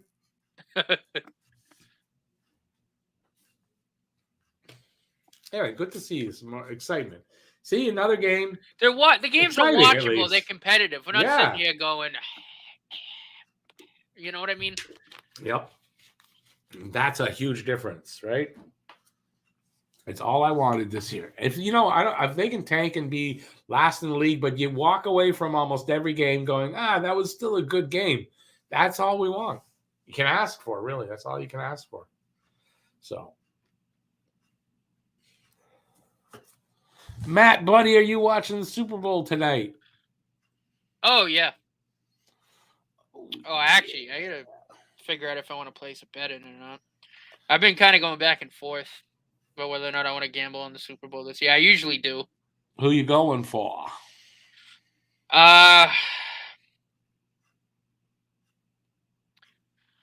Man, I'm cool with either team winning. Like, I'm gonna be like both. I mean, you really honestly, both sides have two great stories. You know, on one side you get the Bengals, who what? Like, who you going for? Don't start doing like I do. No, seriously though, who would you put money on? I would put money on the Rams. One simple fact: the Bengals' offensive line still scares the hell out of me. Excuse me. And the Rams just have too many weapons on their defensive line. I think Joe Burrow's gonna kind of sort of be running for his life. So To me, the Rams have the edge. But I think there's a chance it could be definitely a close scoring game because I think the Bengals defense can step up. But I think it just comes down to the Bengals offensive line and how well they can hold. I mean, they got to stop Aaron Donald. They got to stop Von Miller. It's going to be tough. Got It's a going to be a question. tough task. What is the name of the quarterback for the Rams? Matthew Stafford. And what's the name of the quarterback for the Bengals? Joe Burrow. Do you know how many Joes have been quarterbacks in the Super Bowl? Off the top of my head right now, I'm going to go with 4. Which ones? Well, Joe Montana, Joe Flacco, Joe Burrow. I feel like Theismann might have played in 1. Joe Namath. Oh, and Joe Namath, so 5.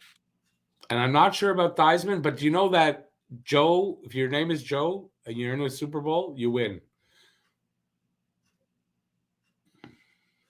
So far. Montana's won all 4. Joe Flacco won. Yep. And who was the other one we had? Joe Namath. I think he won his only one. Mm-hmm. Anyway, I might be wrong on that, but Joe's win in the Super Bowl. Just saying. So that's an interesting thing that you might want to consider. I said, I think as long as the Bengals offensive line gives him time to work, they have a chance. Holy Jesus! So Joe Theismann, what a stop by Montembeau. I don't think Joe Theismann won, but he got his leg busted up. Anyway, I just say it. In general, Joe's win. I'm going for the Bengals. But like on the Rams, like Matt Stafford has been. I mean, obviously besides Tom Brady, because I live in New England. We missed the big Monty save apparently. Yeah, holy! I saw it. I commented on it. Hell of a save. Matt Stafford's usually been like probably my second favorite quarterback in the NFL. No, good. I'm just saying. And the fact that he now gets a shot that he's honestly deserved more than I think any other player in the any other quarterback right now in the NFL to win a Super Bowl. Unfortunately, with what he's had to deal with in Detroit, like yeah, no, I agree. I'm gonna be super stoked if I get to watch him. Unfortunately, and I'll be happy if I get to see the Bengals.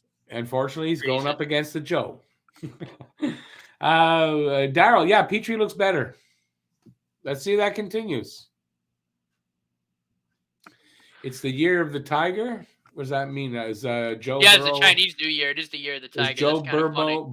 What's his name? Burrow. Is Joe Burrow born in the year of the tiger? Rick, what's a Bengal? Oh, just that. I get it. I'm thinking of the Chinese year of the tiger. Yeah, and a Bengal is a Bengal tiger. Okay, yes. I'm dumb. Just say it out loud. Like, it's spelled out Bengals. I wasn't thinking, which is what I do all the time. Not think. Should have worn my Bengals hat. That's what I should have done. I have a Bengals hat upstairs somewhere. Oh, true. King Crocs, he's right. They're on the home field, the Rams. Yeah, back-to-back years, actually. That's a good plus for them. Super Bowl teams has been on their home field for the Super Bowl. Yeah, that's a good plus for them. That's for sure. Which is kind of funny. I can definitely see. Look, like I said, I think it can be close as long as the Bengals' offensive line can hold. That's really the question mark. And you know, it's great that Jamar Chase has panned out. Like I love Jamar Chase. He's been so good. Definitely deserved to win. You know, offensive rookie of the year. I mean, I wish Mac Jones won it for obvious reasons, but you know, I really honestly would have preferred them to pick an offensive lineman in the draft. But and you know, this could be the game where that haunts them. But again, you know, we won't know until they start playing. Yeah, I still don't think I'm going to watch though.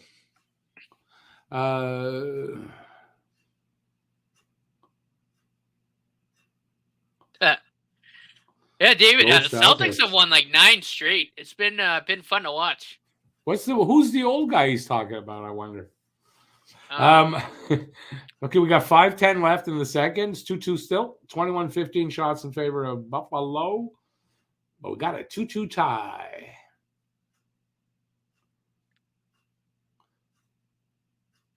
Icing against Buffalo.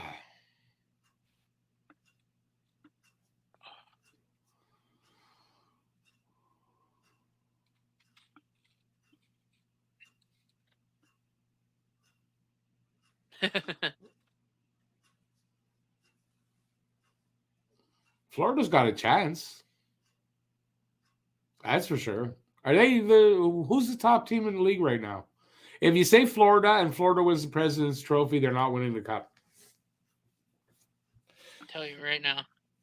It's rare. Has the Florida? I think a President's Trophy winner has won the cup, but it's rare. The Avalanche by a point. David, don't worry. I know you're joking. The Avalanche with 70 at the top, then Florida with 69, and then Tampa with 68. Okay. Carolina then with 67, and then Pittsburgh with 66. They're right up there, though. Which, like, for a second here, like, is Pittsburgh ever going to fall off? Like, are they just ever going to fall? Like, not as long as Crosby's there. I mean, since he's been drafted, I feel like they've always, like, been That's what a leader does. Like, that's what the hell?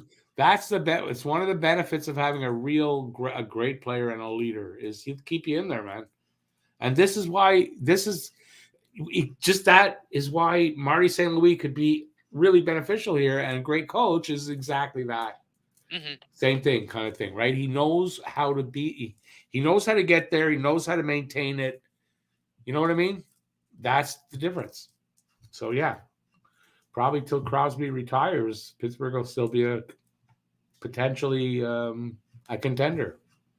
Potentially, at least in the playoffs. It seems like they always hit the playoffs.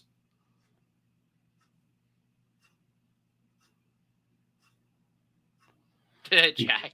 Yeah, Detroit Tigers. Who knows if we're even going to have friggin' baseball, man? The lockout's really pissing me off.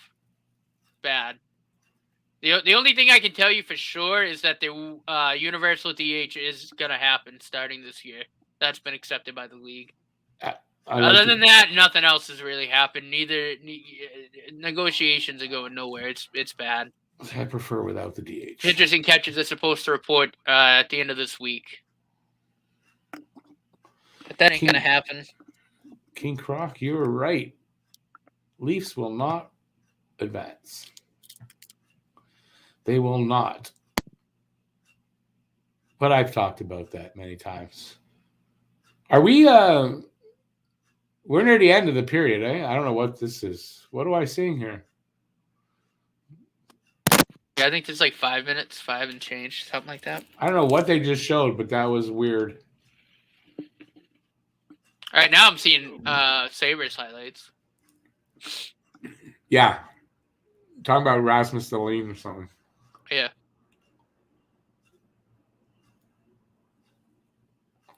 The Blue Jays blow. They help keep the Expos away. Oh, 4 and change.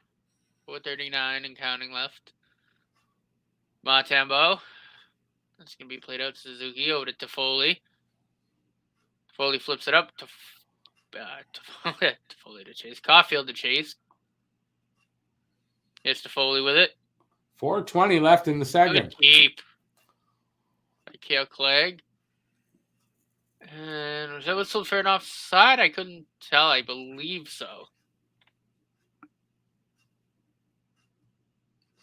I say F the Jays. I never liked the Blue Jays. Jays got a good baseball team. Yeah, I don't care anymore. They help block the Habs, the Expos coming back, and they were part of them going in the first place. And I say F them. Yeah. But yeah, they need to sign a new CBA soon too, because it's still a shitload of free agents that need to be signed. Like the only and I mean even that route, like the only news I kind of can almost confirm is Seiya Suzuki's going to sign with the Red Sox. That's what it sounds like, which would be sick because he's nasty. But yeah, it's they're going to sign this thing, and then they score! It's your Sorry, but they scored. I knew there was a goal coming up. Puck popped. Armia. Puck squibbed out in front of the net, banked it in. It's all the plugs are starting to score. They scored 3 goals. All the plugs. Petrie, Armia, starting to get their game back, maybe. See what happened here. Oh, good back. Oh, Ryan Poehling Behind the back pass. Look at this pass. Yeah, it was a good pass. Nice pass. That was a great pass. Really nice pass. And you know, Look at Craig that. Anderson's got to have that. No, look, that hit a skate and then went to Armia. Good. I mean, good pass that he did it. Yeah. Because it hit a skate and went right to Armia. Perfect. Anderson's got to have that, though. Like, that's bad. Montreal up 3-2 with 3:35 left in the second. Spectacular. We'll take him any way we can get him. Just want this game today. Uh-oh. Montembeault is a wraparound in front. Good defensive stick from Cole Caulfield. He does that, Caulfield, for some reason, often. The kid's got a wicked high hockey IQ, man. He does. I know we touched on it. He is, I mean... He's dialed in. Smart. Man. He is a smart hockey player. He's focused and dialed in. He's got good vision and a high hockey IQ, and that's what you want. I just love, too, like, he's not intimidated by anybody, you know? You know what I mean? Like, to me anyway, like, watching him, he doesn't look like he's intimidated. Like, he's not afraid to get in there, you know, in battle. Haley? You know, Caulfield? No, Caulfield. He's not. He's not. There's Gallagher. Besides, he's got Gallagher there leading the way. I mean, it probably emboldens him. Gallagher just got crunched. Yeah, he did. Clegg wins the Montreal race. playing well. 2:20 left in the second. Clegg. How many times this season could we say Montreal playing well? Evans. Whistle. Hoffman. What happened there? What happened there? Excuse me, Pitlick. They're going to get it for too many men. Is that what it was? Too many men called? I think it's too many men, yeah. It wasn't offside. That's for sure. I was wondering, what the hell is that? I think it's too many men, yeah. Oh, look at this defensive play. Like, excellent. Yep. He read that, too, the whole way. He saw it coming. I'm telling you, he's a smart kid, this guy. He anticipates well. That's why him and Suzuki together are good, because Suzuki got a great anticipation game. Let's see. And 1, 2, 3, with Caulfield, 4, 5, 6. Yeah, it's too many men. Too many men on the ice. 7. Yeah, somebody screwed up. That hit on Gallagher, too, that was a few inches away from being very dangerous. Like, very dangerous. And no call, and then there's this too many men. PK unit, do the job. Well, they did it there. That's what I want right now. The only PK I want playing well in Montreal is the PK unit.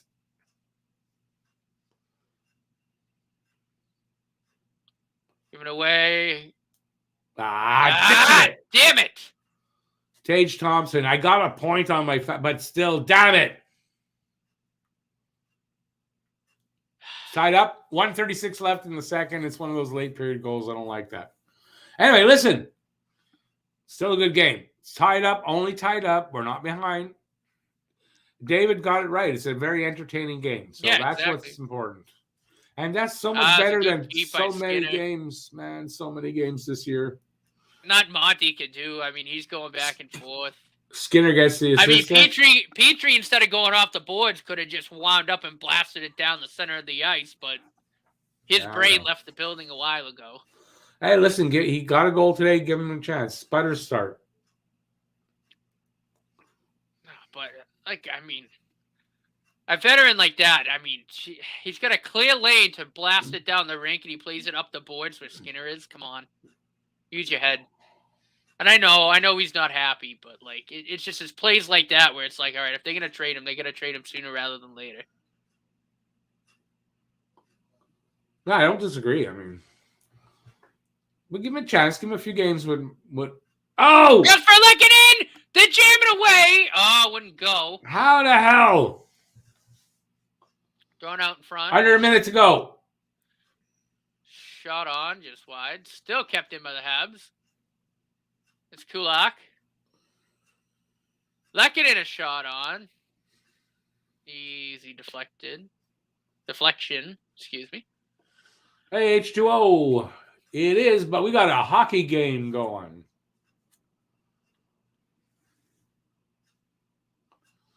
Buffalo, Habs group, Buffalo What's up, in the H2O? last few years have been kind of good against Montreal. Uh-oh. Shut on! Stop by Mountain Yeah, though. straight right to the logo. Logo sniping. Yep. Well, here's the test. Do they score more than 3 goals? Oh, that's a good stop by Anderson. Yeah, David, it is kind of weird with Anderson there in Buffalo, but he's always been a good goalie, Anderson. He's 40. I think he's 40, eh, Anderson? Something like that. Not a youngster. Face off one by the Canadiens. Cleared out. That's gonna go for an ice.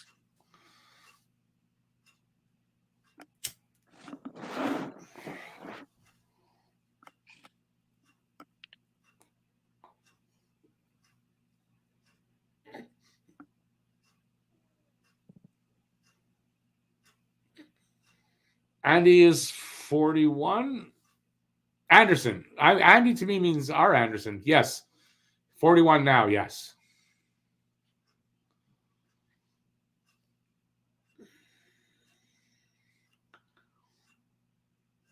Not enough time for a chance here.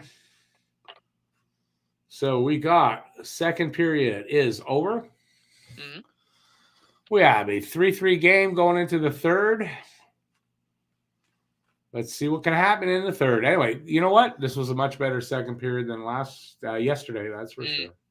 Very much so. Yesterday's second period was boring. Have a good one, David. See you later.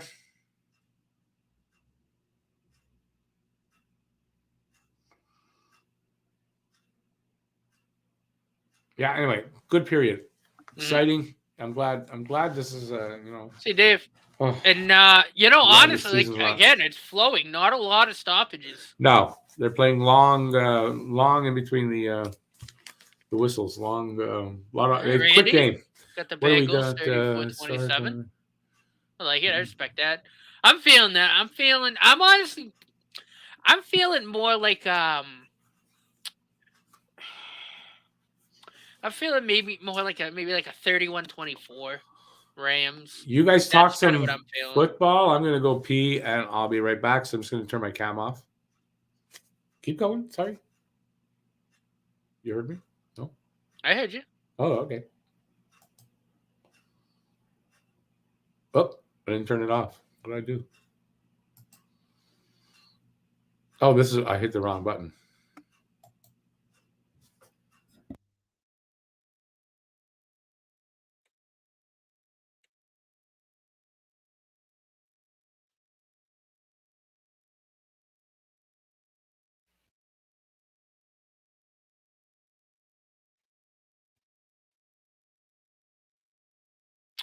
Ooh. There we go. Yeah, it's been a while. Been a long time since the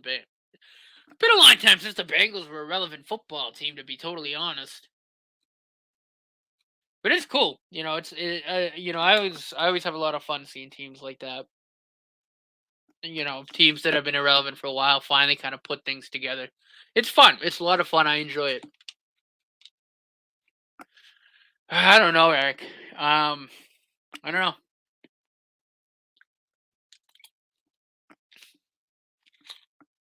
It's a good question.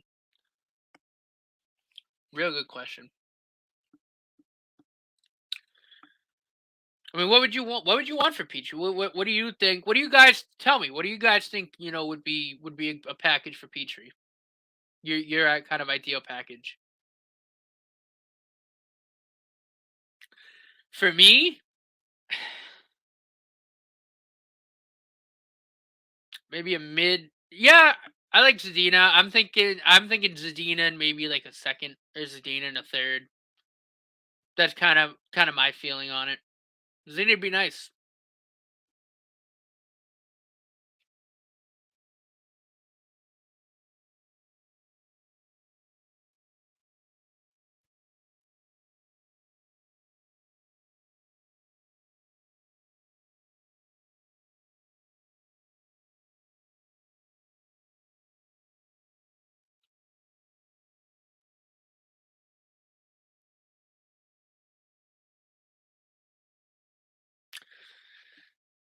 maybe even. Yeah, no, I think Zadina in a second. I think gets it done for me. Petrie for Travis Dermott. Habs will never trade with the Leafs, unfortunately.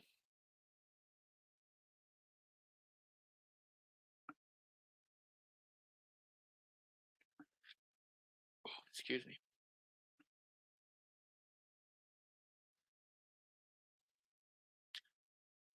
So what do you guys think? Do you think we go to OT here, or do you think ends in regulation? What are we thinking? I'm hoping for OT. I'd love to see some overtime. It'd be fun. Love 3-on-3 hockey.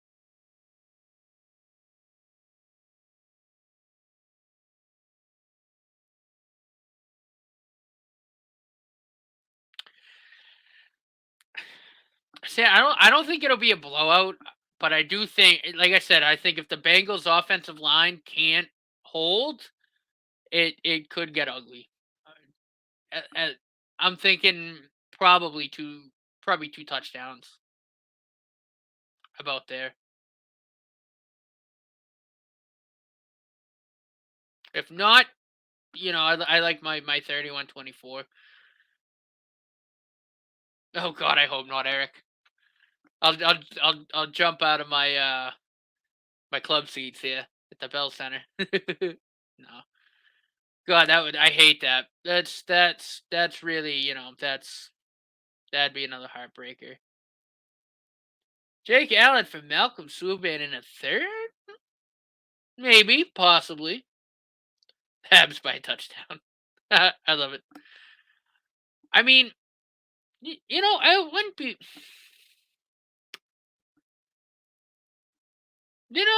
I can maybe. I don't know.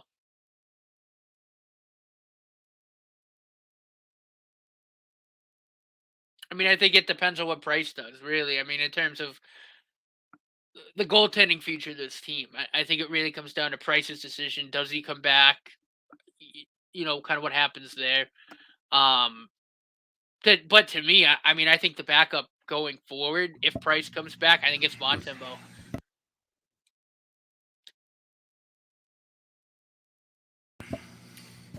I'm back. Hello. Had a little something to eat. What would we kind of talking about kind of packages we'd kind of like the ideal trade package for like a guy like Jeff Petrie. Whatever you want to weigh in?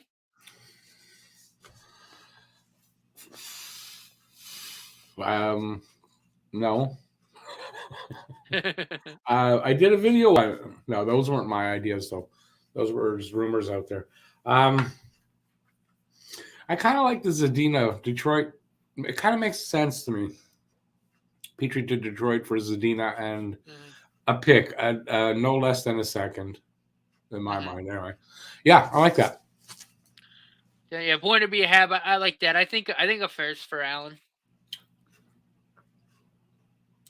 Yeah, Jake Allen. It depends because he's a goalie. Goalies don't always get the return you want. So that's the one thing I'd say about that. Yeah. But yeah, I'd like to see a first for Allen for sure.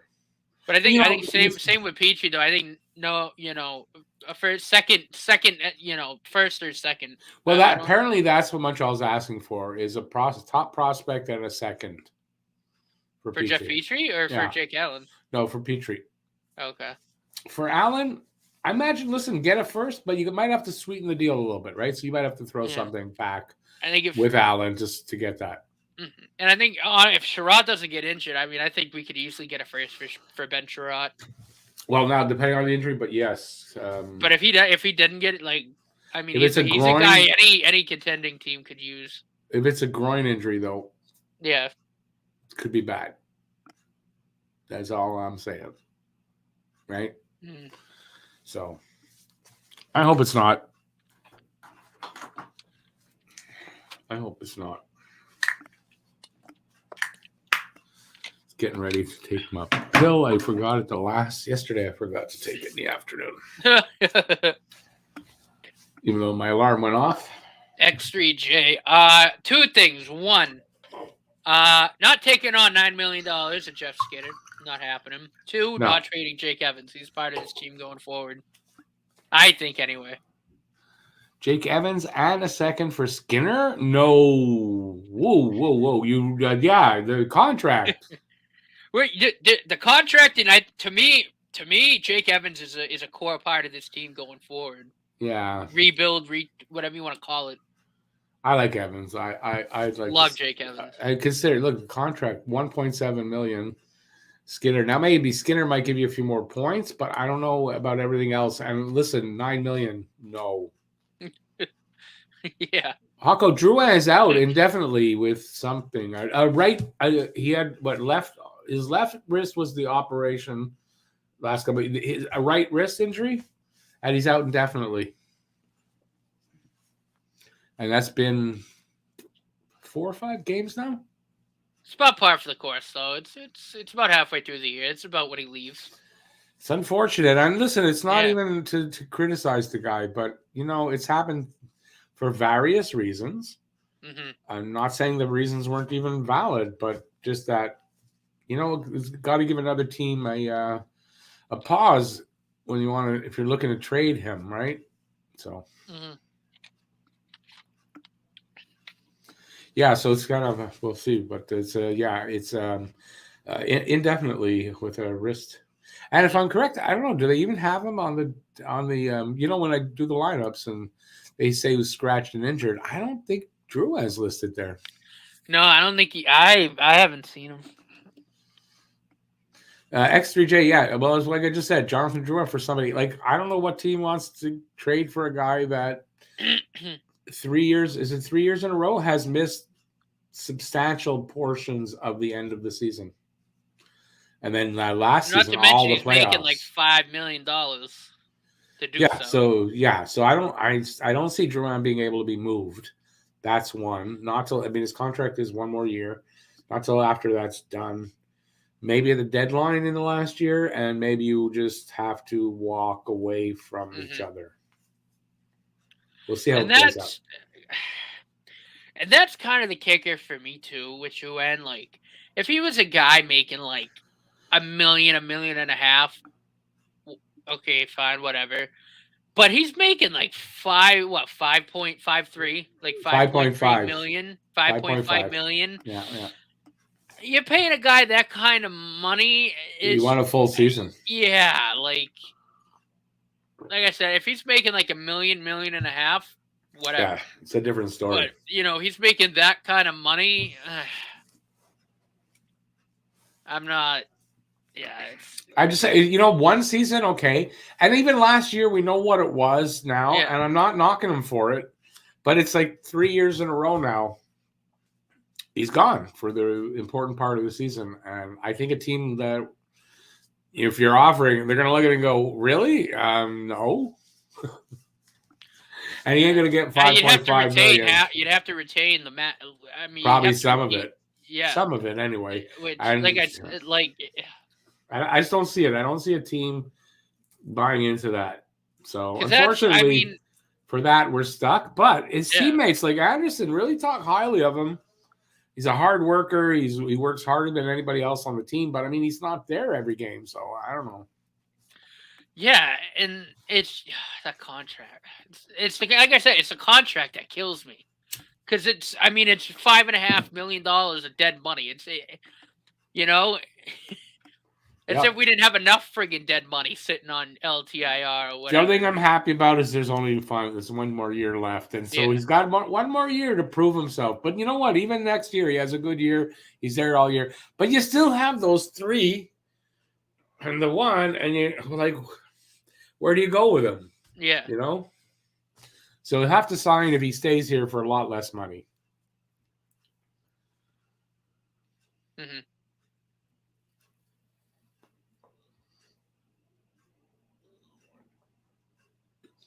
Talking about Petrie. Yeah, they're talking about, players on the trade block for the Canadiens. I kind of said this, that they're going to have to retain $1 million and whatever. I think it's 625, so $1.125 million, and trade him at $5 million. I think teams would be interested at $5 million for Petrie than 6.25. That's what they're talking about right now. Eric Engels is saying that. I said that before. Mm-hmm. They're not moving Anderson. Don't even think about it. I'd get very upset.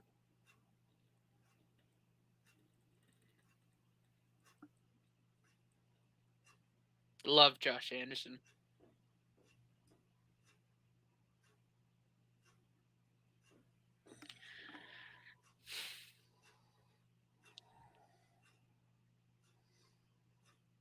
We're saying if you want Anderson, because Anderson figures to be a big part of the future here, you're going to have to really overpay for him.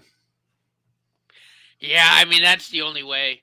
I mean, so because the other thing too is like that type of player. He's the only one not on a lot our of team. them. There's not a lot of them out there. And before we got him, like, I mean, how long were we begging for a player like that? John Leclerc, since John Leclerc. Yeah. So I mean, like how many years? that trade, Domi for Anderson, straight up has been one of probably my favorite trade that I think Mark Bergevin made. It was a good one as GM. It was a good one, and he should stay here, Andy. Absolutely, 100%. Without a doubt.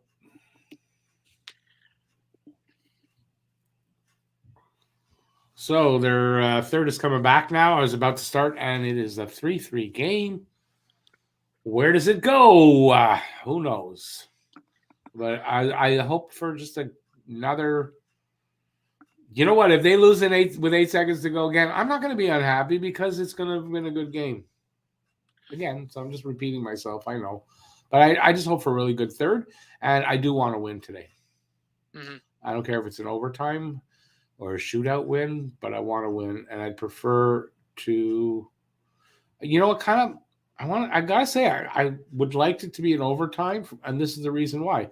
It gives Buffalo a point, so the 2 points that we get doesn't hurt as much as far as that race to stay on. I think we're 5 behind Arizona. We're like 13 behind Buffalo. 13. We're 13 behind Buffalo. Yeah. I don't want to make it 11, but if it's 12, it's not that bad, right? But even 11's not even that bad. Like still, I'd rather play that game. I want them to win, but give Buffalo a point so we don't, that's all. That's how I'm looking at it. Why not? Oh, yeah. If I can have win it in overtime. Yeah, I got you. Yeah, and then, we only pick up 1 point. That's doable, and we get a win. Mm-hmm. I did like, too, though, how they showed our prospects that we have in the pipeline. And like I said, like I touched on that when we had Scotian on, like we really are kind of in the sweet spot to do a rebuild with what we have kind of stashed away in the cupboard right now. Yep. And guys like Gooley, Jordan Harris. Yep. Well, Jordan Harris isn't there yet, but hopefully they sign him in. Norlander, if he keeps improving. There's some good young defensemen there that will be here in the next few seasons. And and 2 stacked drafts. I mean, it's a sweet spot to do it. I think so. Yeah. And we get I think we get the right guys in charge. You know what I mean? It's just one of those things where it's like we're in the sweet spot. We get the right guys in charge. Like if we're gonna do it, like now, like this is the time. Yep, I know. I've been saying that. He says, Pierre said, we need Sherratt in the rebuild. Ready to overpay. No, we don't actually. Listen, I get nothing against Sherratt, but we don't need Sherratt in the rebuild. And you don't resign a guy that's a UFA unless he's an absolute superstar. You don't resign him in a rebuild. It's going to be what, $5 million probably to resign Sherratt? No, you can't pay that. 4.5 even. It's too much. No, so especially not too if you're going to have to retain salary to move a Drouin, or if you have to retain salary to move Jeff Petrie. You're not resigning Sherratt. We got kids that can replace him coming up. Hopefully, I'm not saying for sure 100%, but the hope. And you don't do that. Plus, depending on what happens with Price, his $10 million, does he go on LTIR? What? Yep. Yep. No, you don't do that. King Croc, even that trade, I like Sam Poulin, but I don't know why Pittsburgh would want to take the chance. I don't think he was going to do that. And Eric, what do you mean? I like Buffalo Do I like Buffalo as a team? I don't have anything particularly against them, no. The city sucks. I mean, who likes Buffalo? The city is a shithole. Extra, yeah, Joshua Roy, that's a forward. We were just talking defense, I think, particularly. Yeah. But yeah, Roy's looking good. Yeah. Mm-hmm. Sean Farrell in the NCAA with Northeastern. He's, nice. by the way, he's in the Olympics right now. Yeah, but he said he's going to spend one more year at Harvard at minimum. He's going to go back to Harvard next season too. Mm-hmm. Yeah, and we also have his name's on the tip of my tongue, but the kid at Northeastern too looks really nice. Harris, Struble. It might be Harris. Harris is there, yeah. And so is Jaden Struble. Mm-hmm. So yeah, like I said, we got a lot of real good young guys coming up through the system, and I really believe Kane Gooley could turn into a superstar D man. I really do. Yeah, I mean, do too. I think that kid's an absolute stud. Like I think he's Weber 2.0. I really do. I think Kane Gooley probably starts in Laval next year, but not too long, and he's here. Mm-hmm. Sandwich. I don't know that I would trade for Carter Hart. No, I don't think so. Cost you too much probably to get him, and I don't know that I. No. I don't think Philly's not going to move him anyway. Probably not.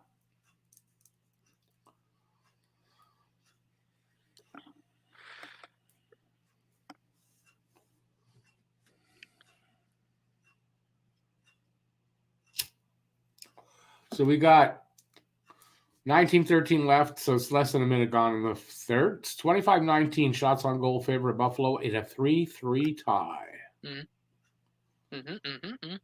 Let's hope the third period at least is as entertaining. It's just starting out, so it hasn't gotten there yet, but let's hope.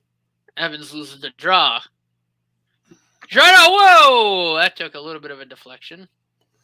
Extra J, yeah, he is looking good so far. I mean, but it's still, you got to figure he's still at least 2 seasons away. Mm-hmm. But if he develops the way he looks like, he probably is 2 seasons away. Mm-hmm. And look, too, I mean, it sounds like he's doing all the appropriate stuff, with what had happened. Yeah, it sounds like he really learned his lesson. I hope he did. I don't want to bring all that up. But no need to bring all that up right now.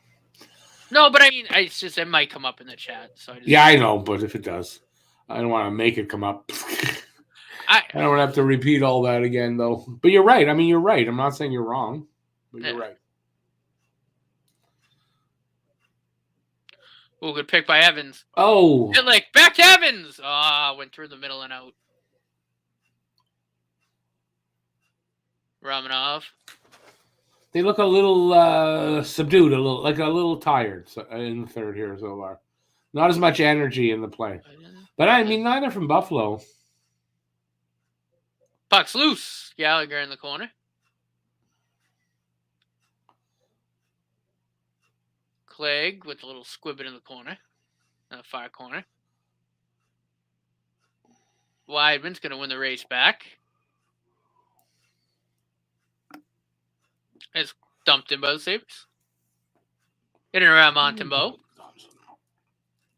To his right. Slap shot on wide. That's going to go all the way the length of the ice. Hoffman was in on the forecheck. Still in on the forecheck. Suzuki to join him. He's got it. Kulak to Suzuki in behind. Suzuki waiting for reinforcements. Didn't get any. Kulak blew an edge at center. With the puck now.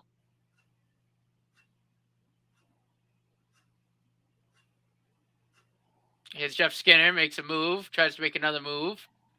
Goes down. All legal. Here's Caulfield with it. Eyes up. Lost the puck, but gets it deep. Dahlin.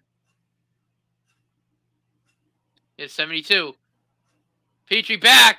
Makes a great defensive play. That's not a penalty. Wow. When the hell was the last time I said that? That was a good defensive play. Yep. A little sandwich. Here's Suzuki. Over to Petrie. Byron. Or, excuse me, Armia. Brought in by Buffalo. Around the net.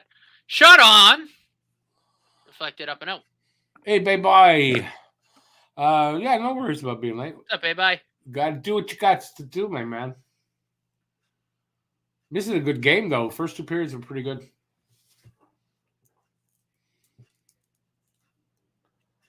Oh, it's like almost like you punched him in the head. Anyway, no penalty on the play. That's the main thing.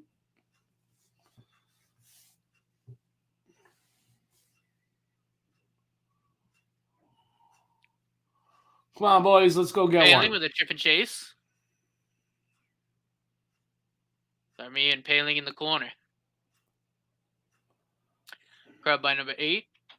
Glove down by Romanov. A little scrum on the near wall. Shot on! Wide. Paling. Is Romanov. Deflected! Ooh, almost went 5-hole. Anderson shut it just in time. Is Lehkonen behind the net. Shot on. Stopped. And the puck's chipped clear. Bye-bye. No, he didn't get back. He didn't get into Montreal early enough. Gentlemen. So next game, I imagine. Lucas, it's been a good game so far. Evans just overskates the puck. Oh! Check. Puck in Oh! the face. That's a puck in the face, though, I think. Was that a puck or a stick? To me, it looked like a puck. Either way, Anderson's okay. Yeah, he's okay.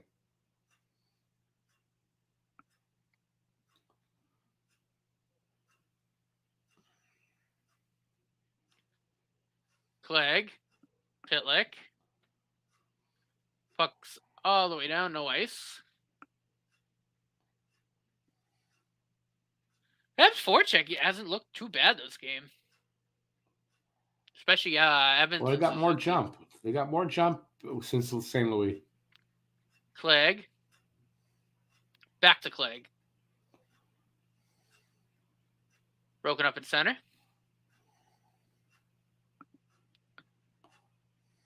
Good keep by Galley at the sidewall. Off and in front. Tip. The puck's loose.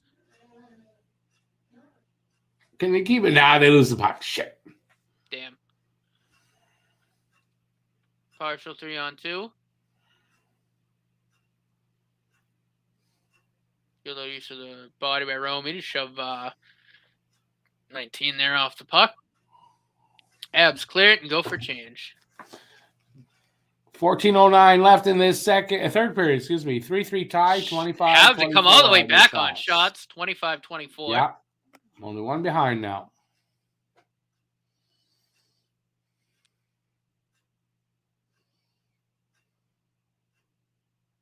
Is Alex Tuck?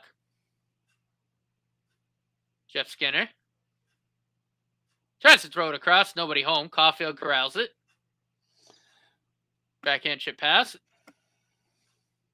Foley's open. Brought in. 2-on-1, and they didn't get on net. X3J, Price has a no movement clause, so they can't make a deal for him because he has to approve.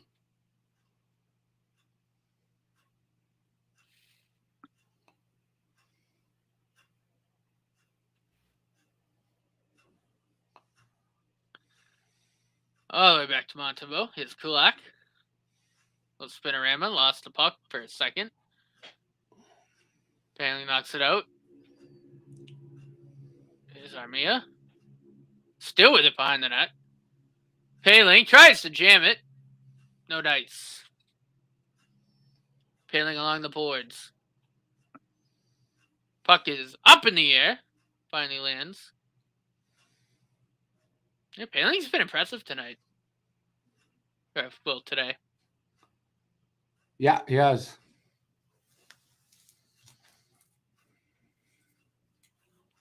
Jake Evans. Back to his even. There's Cal Clegg. Stops it up. Evans. Head of steam. Chip and chase. Good hit on the forecheck. Habs can't wrestle the puck away. Montembeau's going to slow it down. Ew. A little too close for comfort. But avoids the danger. The 17. Good save Front by shot. Rogers. Stop by Montembeault.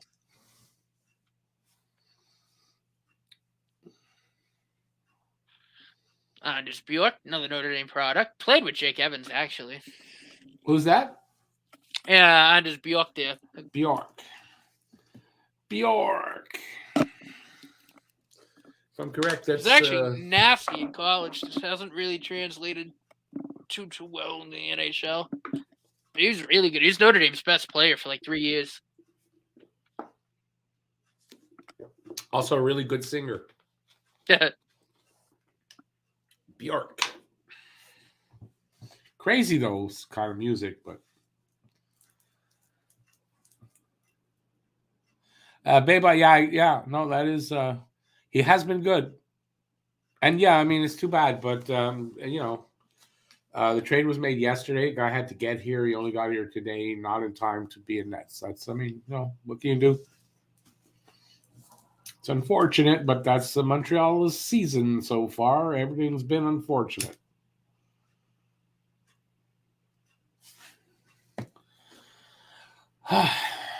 Boy, there's only 12 people. Really little amount of people today. Wonder what's up with that. No interest in the game. It's only Buffalo. True that it's only Buffalo, right? I guess that's probably why. Only us hardliners are here. Are the real true Habs fans for a game against Buffalo on a Sunday, especially Super Bowl weekend. I also imagine because it's Super Bowl today, a lot of people have Super Bowl parties. I wonder how. I imagine still there's plenty going on with everything. People are not obeying around here. I'm sure a lot of restrictions are going to get broken, which is fine by me.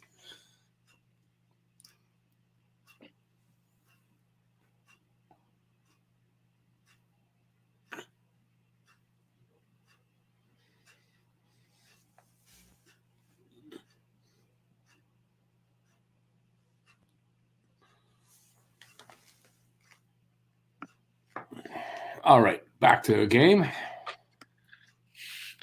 Faceoff's won by Montreal, about as far as center. Here's Skinner. And the puck goes in. 4-3 Buffalo. Skinner with a hat trick. Hat trick, Jeff Skinner.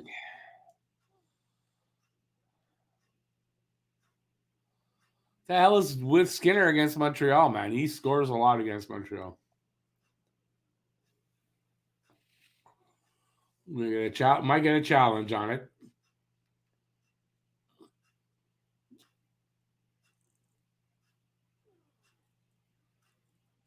It's going to be a penalty shot.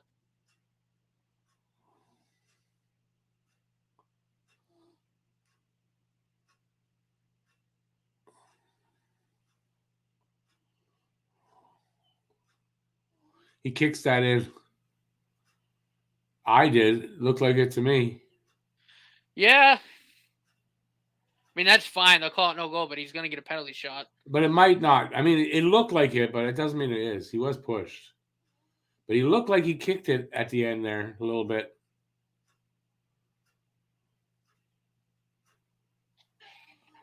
Looks like they're allowing that goal. So we got to come back again.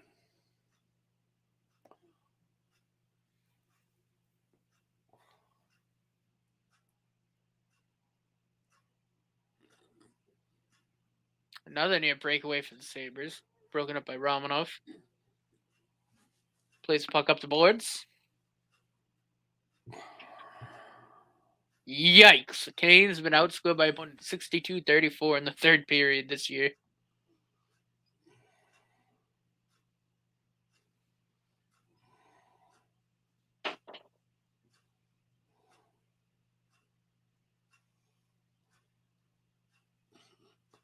Just keep playing your game, boys.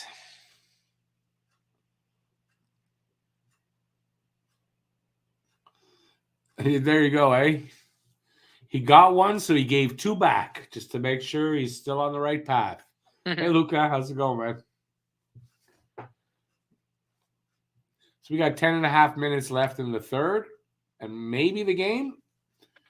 It's a 4-3 lead for Buffalo. 29-25 shots on goal in favor of Buffalo.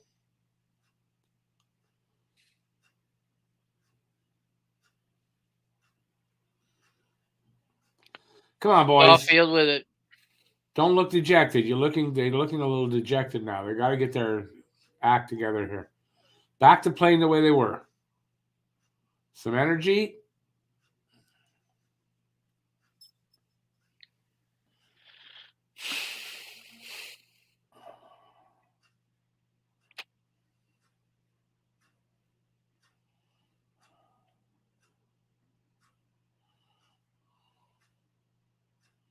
Come on, boys. Let's get some Evans energy. in on the forecheck.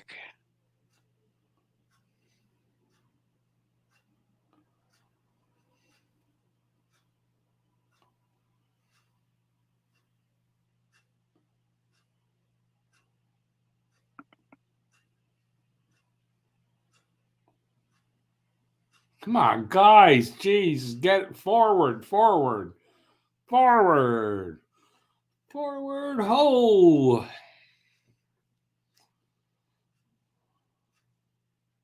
Come on. Shot on. Stop by Anderson.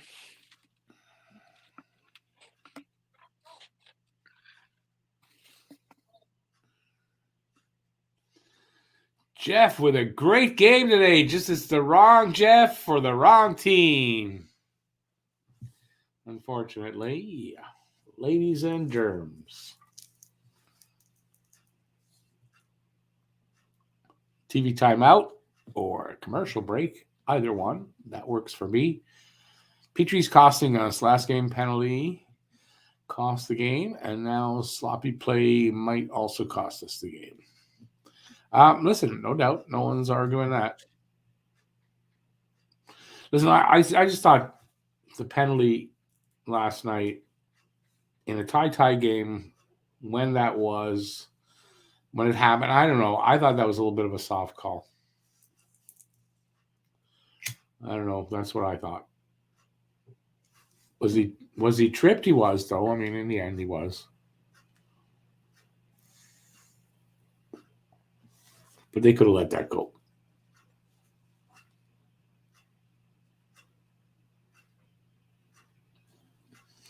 Well, that's up to Hughes and Gordon. Okay. Plus, you got to have the bodies to replace them. So if you're trading him and you're not taking back another defenseman, which is more likely they're not, it leaves a big hole there. Although the way he's playing, there's a big hole there. So you got to balance the two, I guess. I don't know.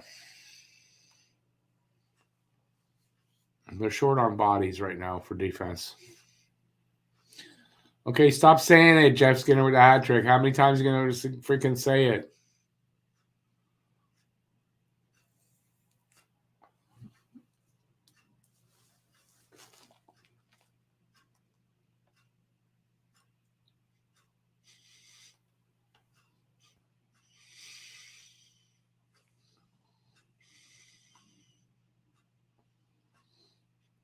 Skinner!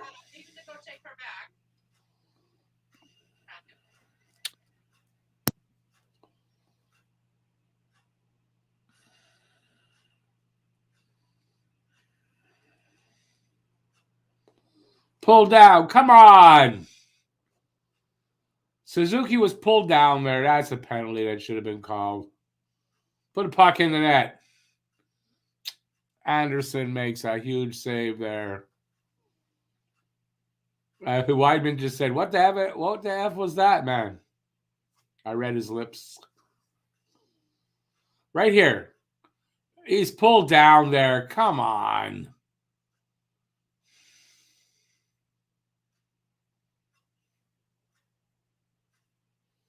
Big save there on Anderson, man. Big glove save there. Should have been a penalty.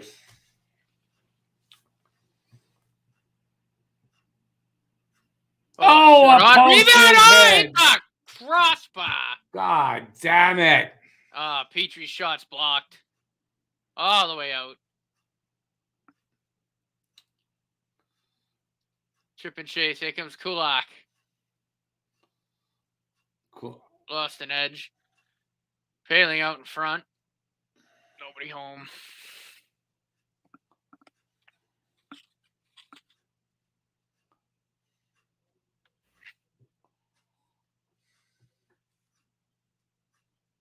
Is Byron.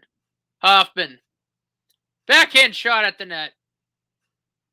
Hoffman throws in front again. Sticked away by Anderson.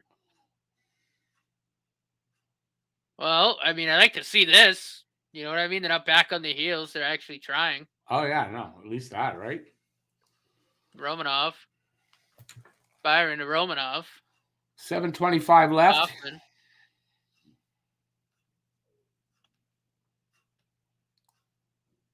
Gives it to Romanov. Tried to make a tape-to-tape pass. Couldn't do it. Sheneman.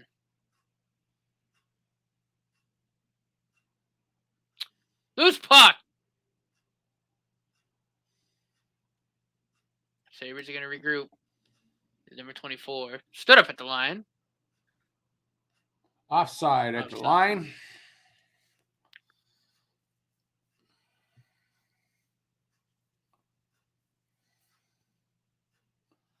Anderson 40 and 268 days. He's almost 41, but still got a ways to go. Mike Smith is just about 40. Almost 40 as well.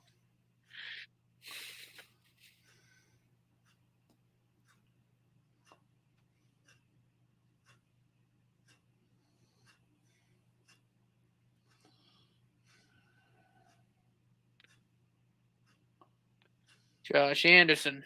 Stripped of the puck. Played. I'm not kidding. Get out here and shovel.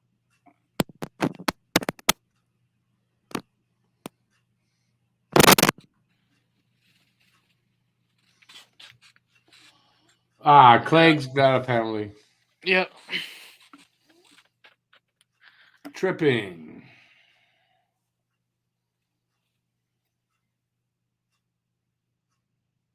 And the ref who called it was way back in the play and barely saw anything.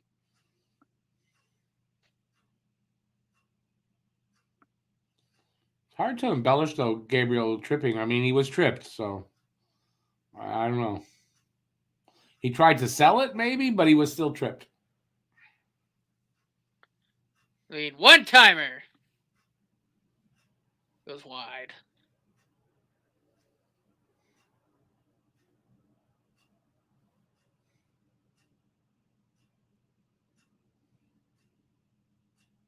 Gabriel, I agree with that. I said that should have been a call. Whoa, what was that? Again, no call. That might have been a call right there. Refs.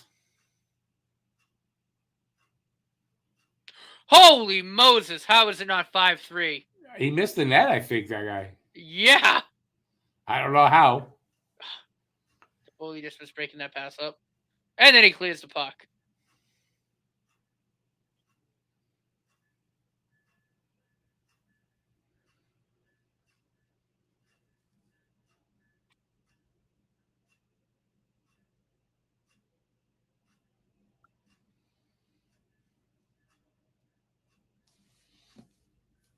Come on, can they get a late goal here to tie it up? Come on, boys.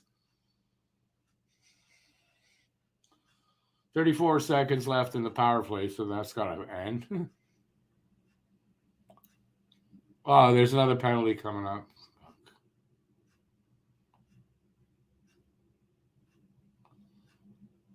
Oh, my God. Okay, well, it's going to end 3 goals for Montreal.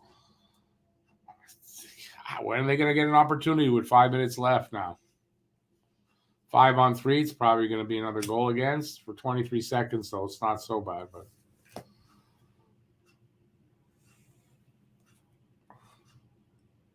Oh, that's a great defensive play by Petrie.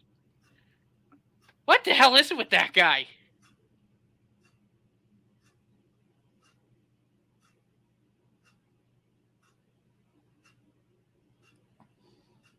Oh no, Okposo in the box. 4-on-4 for slashing. Oh, it's Okposo. Yeah, it's a 4. We got 4-on-4 hockey. Oh.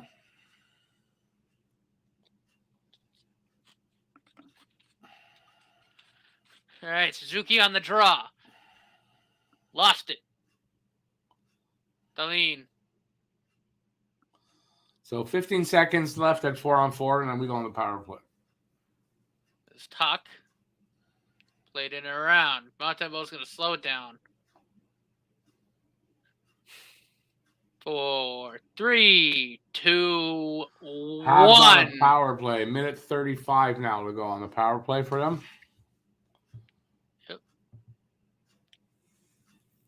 To me, Chris Weidman kind of looks like facial feature wise, kind of looks like Ben Sherrod. Like his younger brother. Yeah.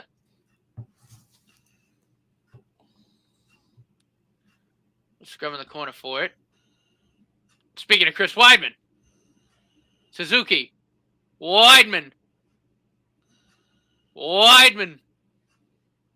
in front, shot. Someone lost a stick.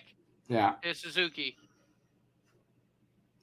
Third on front is tipped. Oh, Anderson made the save, and the puck is cleared. Come on, guys, man. You need one here. Good pass there. Hoffman to Anderson. Hoffman glove down. Shot on. Oh, Galley! 30 seconds left in the power play. Montreal's up on shots now, 31-29. 3:31 to go. It's 4-3 for Buffalo. Habs Guru, absolutely, right? You can see that. I mean, it's so much more exciting. Win or lose, it doesn't matter. They're more exciting.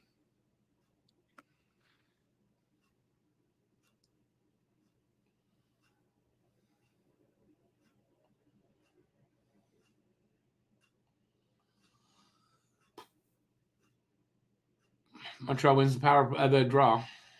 Weidman. Suzuki. Foley tries to backhand it around. It's blocked. Suzuki to Weidman. Habs are going to try to set up. Back to Suzuki. Man, Tried to fire it across. Couldn't. Nice pass attempt. That would have been great if it could connect. Damn. The power play's over. 5 seconds. 4, 3, 2, 1. Power play over. Foley into the zone. Got Caulfield. Overskated the puck a little bit. Lost it. Here come the Sabres. Is Okpo. So, shot on. Missed the net. Caulfield with it. In behind Anderson.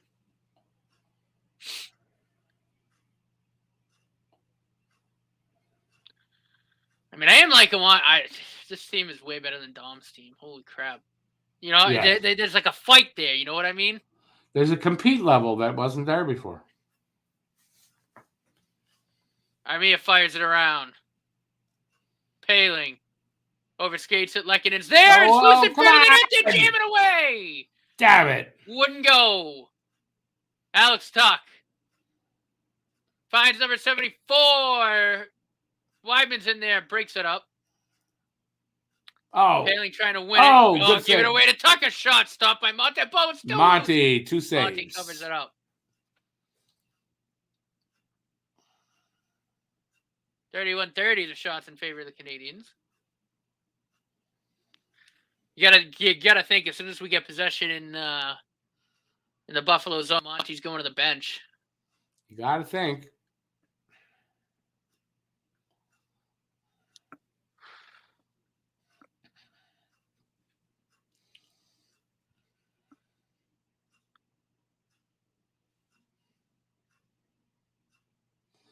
Oh, well, it's over. Skinner gets 4. Guys, ruin it. Come on. Could have held off on that. Oh, yeah, right out in front. Skinner at the backhand. Scored. Skinner!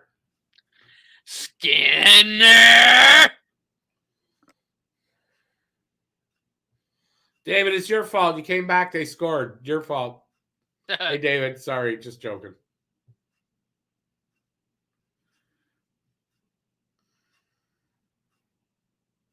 It's a great play by Tuck to free it. Man. Oh, well. Poor Monty. Left out to dry.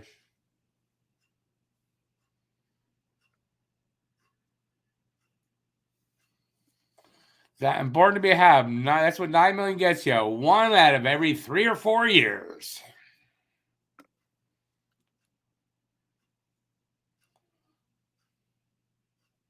Oh, tripping. Monty's heading to the bench, but I mean, come on. Okay. But you got to do it. Monty to the bench. And that's it. Oh, no. Where'd that puck go? Guy had it wide open. Wide open shot at it.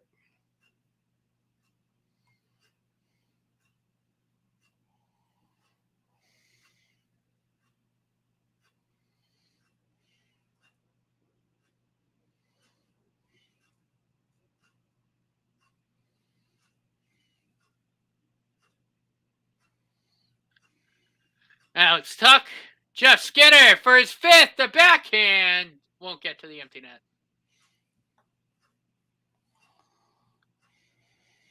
"45 seconds to go."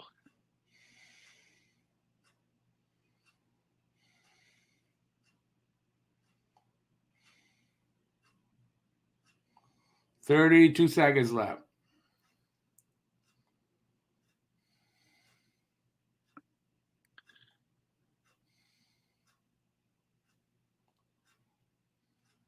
Like Peachy winds and fires. Wide.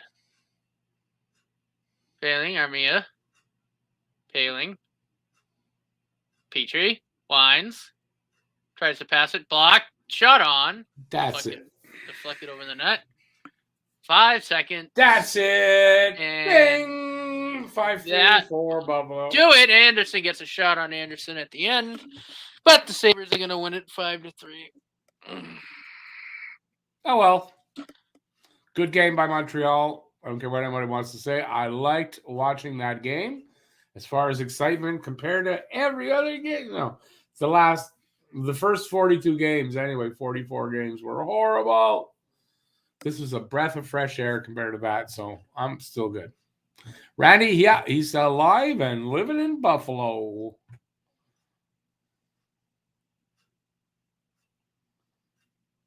Hey, Kelly, thank you so much. I appreciate that. And you have a great rest of the day. And have a really great Valentine's Day as well.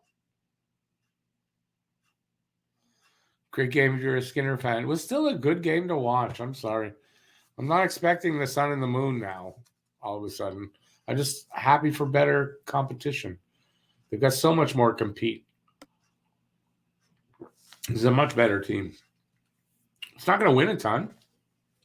I mean, that's the thing, right? If people are thinking that Marty St. Louis is going to come in and now they're going to win they're not. They're just going to play better and have more compete. And over time, that is going to turn into winning a lot. Yes, over the next few years. Takes time. Rome wasn't built in a day. Habs Guru, thank you so much. I really appreciate that, dude. Thank you. I think I'm going to have a special dinner tonight. I'm going to order food tonight. So, yeah, I took my meds. Stop. So we got, when is the next game? All of a sudden we don't know. I have no idea. Hang on, I'm going to tell y'all. Monday. Nope, Monday. Don't forget, Monday, I'm doing tomorrow. So I'm doing a podcast, Jofo podcast on YouTube live. I'll be in their studio. So don't forget to check that out. And then the next game isn't until Thursday. Thursday, St. Louis is in town to take on the Habs at 7 p.m. So don't forget, we'll be back for that. So don't forget, that's the next game. So there's a few days off here. Monday, Tuesday, Wednesday. after back-to-backs. That's nice. It'll give Marty St. Louis a few days to work with them in practice and stuff. And I think against St. Louis, we're going to see an even more improved as far as competing. They're going to look better. It's going to be more exciting. That's what I expect. Will they beat St. Louis? I hope so, but I don't know. Hey, Randy, thank you. Appreciate that, man. Suzuki hasn't done much since coaching change. Our line's different. Suzuki has the most points in the last 5 games for the team. So he's done okay. 4 points in the last 5 games. Now it's 6, but still. Do I think Joshua Roy makes the team next year? I do not. Over the next few is a different story. But no, he's still just in the queue. So no.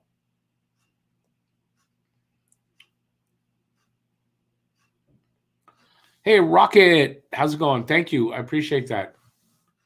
Thank you very much. That's tomorrow. But hopefully some of you guys will come over to the Jofo podcast and check out that podcast. We'll just be talking about, won't just be about hockey. It'll be about all kinds of stuff. It's more of an adult nature thing. So I don't mean we all get naked or anything, but, it'll be, there'll be some adult language and stuff like that. So, but it'll be a lot of fun. And head on over there. They're on YouTube, Jofo, Jofo podcast. And if you head over there, please give them a subscribe while you're there. And I hope to see you guys there in the chat. 8 in a row for the Habs? No, that's actually 10 losses in a row. 10 losses. 2 of those losses were overtime losses, so they don't count in the streak of losses. This is 8 in a row loss in regulation, and there are also 2 overtime losses tacked on there too.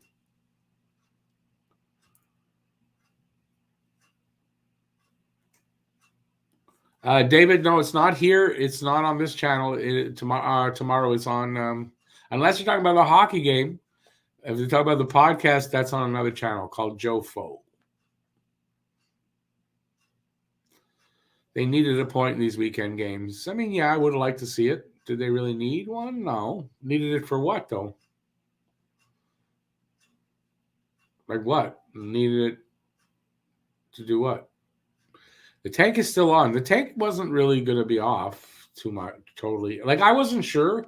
But I can see that, they're playing better. Doesn't mean they're going to win a ton more. So the tank is still on. They're still going to be in. And they've got such a hole to dig out of. Like, I don't know that they can catch Buffalo, who was 13 points. Well, now that's 15 points ahead of them. I don't see how they catch Buffalo even.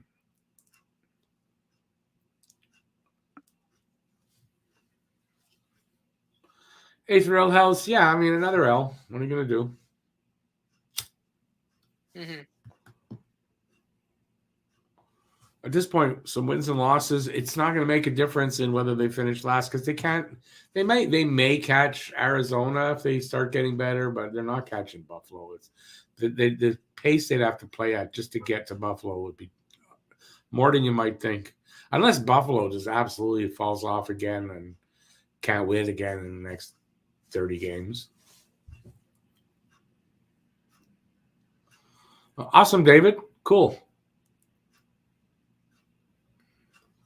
Yeah, Rocket Skinner with 4 goals today. He likes to score against Montreal, I think.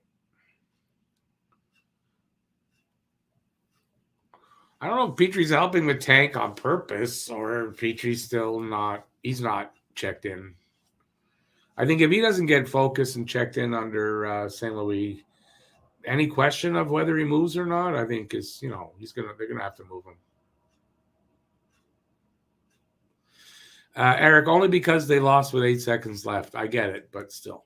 Hey, listen, I'm appreciative of the better quality game. I really had a lot of fun for 2 weekend games. That's, weekend early games are a pain in the ass. Back to back like this, but I had a lot of fun in these 2 games. The most fun in back to back games watching the team this season. So I'm okay. Thrill House, yeah, it kind of looks like that, right? It's hard to say, but give it a few more games. If he doesn't pop back around, he's not going to buy into St. Louis. And it's not maybe that he doesn't want to buy into the guy, but he wants out. We're going to find out. Eric, second half, it is tough, but they played a good game. They played good enough to win. If not for Skinner, they'd probably win. Skinner got what four of the goals, right? In a 5, so in a 5-3 game, Skinner got 4 of the goals. So if Skinner has 2, maybe we win. I mean, it's like that. Anyways, it was a good game. I had a good time watching it. I had a good time bringing this to you guys, and I'm not going to complain. No, it was fun. It was a fun game to watch. Yeah, I'm just definitely not going to complain about it. Oh, don't worry. I didn't think you were yelling. Yelling is in all caps. That's yelling. Oh, I don't see up there. Oh yeah, don't worry about it. I didn't take it to. I didn't even really notice. Thank you, babe. I appreciate that. I will definitely try. It should be fun. Should be fun going there in studio. First time kind of being out. I'm taking a small chance. I mean, the guys on JoFo, they're vaccinated, fully vaccinated, so it's not so bad. And so I'm getting out. I'm telling you, in like 2 years, I haven't really gone anywhere other than to my ex-wife's place, visit my dad in the hospital. That's it. Mm-hmm. Doctor's appointment, maybe. Not even that. Have a good one, David. Thanks for being here as always, eh? I'll be careful. You don't have to worry. I'm a careful boy.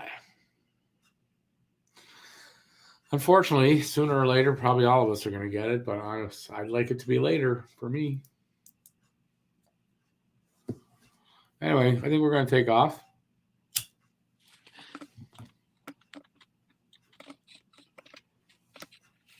See, Mac, to a certain extent, I'm not saying I'm going crazy, but I mean, I think to a certain extent, I can do, a few things here and there.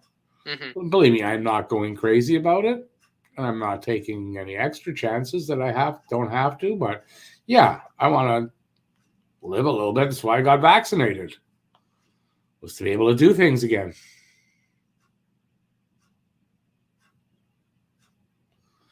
No, me too. I'm not trying to catch it, but I got vaccinated for a reason, so I could be able to do things again. And I'll rely on the fact that the vaccines, in my mind, work. Beba, yeah, I think he will be actually. So, but me too. I really like Monty. Monty's been playing really, really good. Eric, you too. Have a great rest of the day. It's nice and early. Got a lot of day left. A lot of day.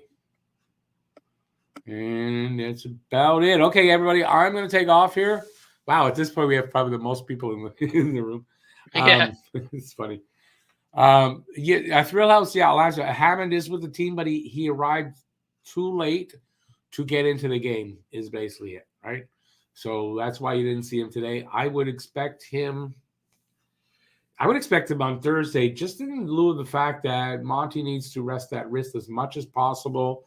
If they play Hammond on Thursday, then Monty maybe doesn't play again till next Sunday, which is the next game after that. And then if they play Hammond then Monty gets like over a week off. So that might be the plan too. That's good. So, by the time we see Monty again, his wrist should be better somewhat to fully. I don't know. And I think that would be the plan. Thrill House, I think so. I think it was hey, Matt, you would agree. Smart pickup. Mm-hmm. Oh, yeah. No, it's needed. Randy, yeah, no, I realize that. But imagine Harry is doing that. I don't ever want to really take away from what he's doing. But, I mean, if we want to talk a little bit more, I'll go a little bit more.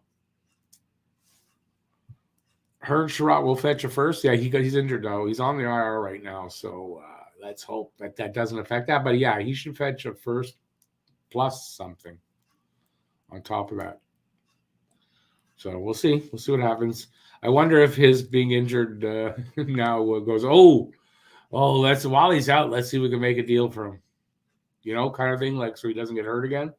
Mm-hmm. So, and we are getting closer to the deadline. We're about somewhere around 5 weeks. I think a little under, but right around 5 weeks away. Well, let me think it out. It's 3. Oh, we're not even that. Yes, 5 weeks away. Excuse me. Mm-hmm. Tomorrow will be 5 weeks away.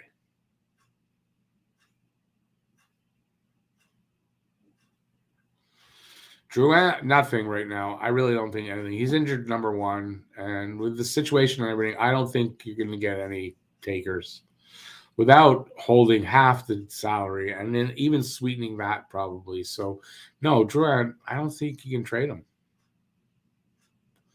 Matt, snowing in your room, somebody wants you to know. Yeah, it's snowing at the just Bell a good Center. sign. It's snowing at the Bell Center. The game's over, so you should probably see if you snap your fingers and see if we get home like that.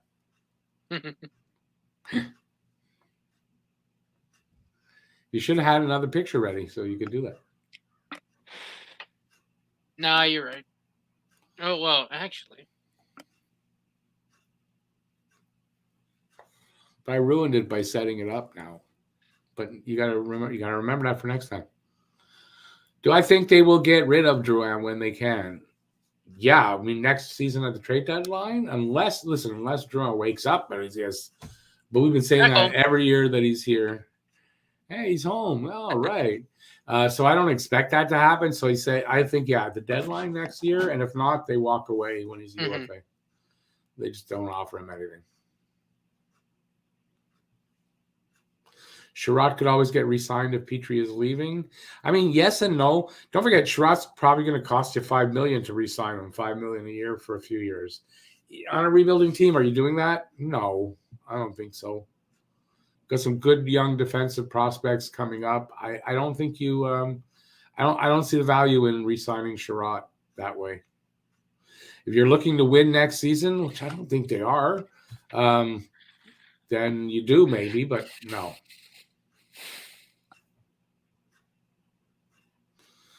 Yeah, Thrills, I get it, but I mean, there's no really answering it because who knows what's up with him. I know it's a wrist injury, but every year it's something. Anyway, I don't want to be too critical about the guy considering we know what happened last year and what that was about. I don't belittle it in any way. It's 3 seasons in a row, basically, and thought of Lecky staying. Well, I think Lecky's going to be gone because he's going to get a good return.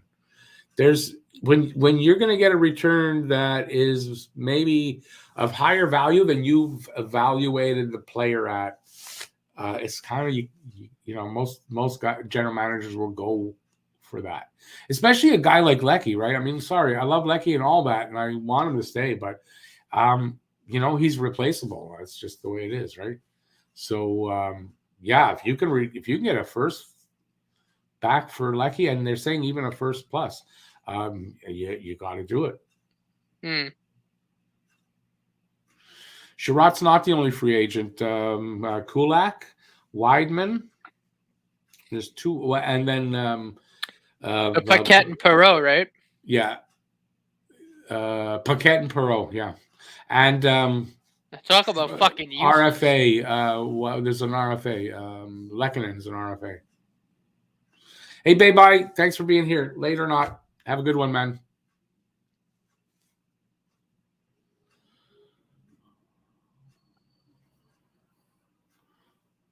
Who are we talking about trading him to get the same thing back? No, if you're talking about Lekkonen or whatever, no, there's guys here on the team already, so it's not trading them. Well, I'm thinking I think like a Rem Pitlick is almost like a younger like Lettinen in terms of like work rate and all that, and he scores more. Yeah. So, no, there's guys here that can do it, and the point is that if you got to re-sign Lecky, he's already at 2.4. You got to offer him that. He's probably going to make like 3-ish, 3.5. And, you're rebuilding. You're not looking for players like that, really. Right. Paquette's invisible. He wasn't playing today, so yeah. But in general, yeah, he ain't coming back. Like I said, talk about fucking useless. He ain't coming back. He's not.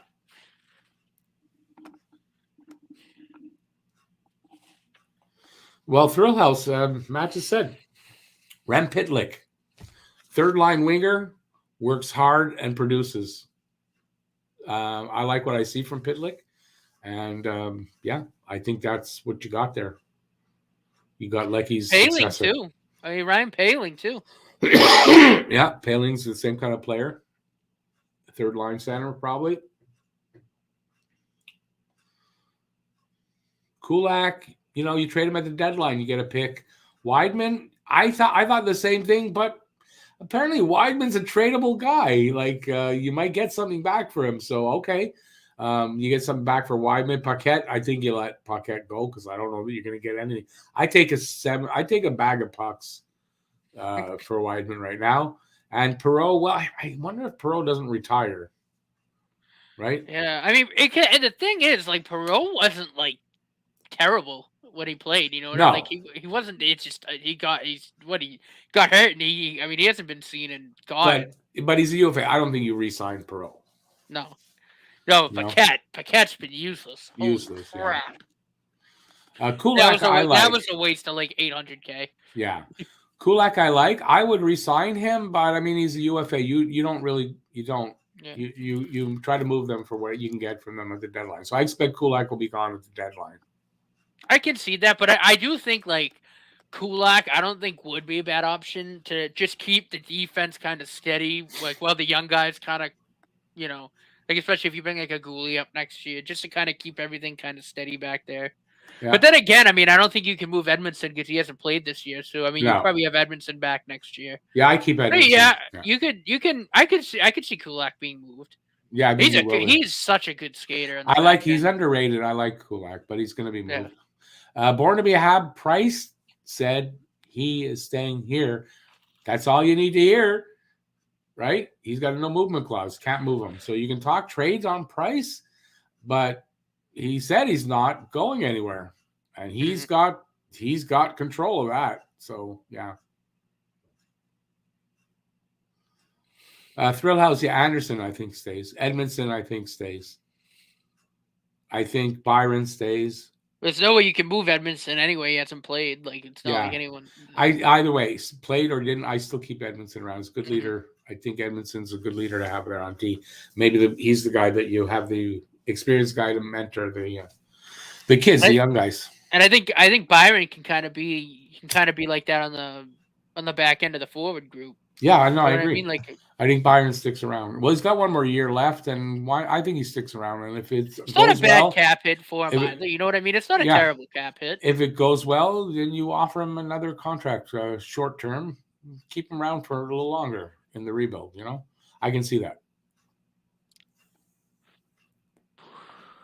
Yeah. Thrill House, I do think Galley will go in the offseason, not at the deadline. If you're thinking a deadline, 5 years on his contract left, I don't see how you move him at the deadline. I really don't think that'll go. But I think Galley could go in the offseason. They could also keep him and make him captain and go that direction. They could. I don't know. But I kind of think he'll go. He wants to win.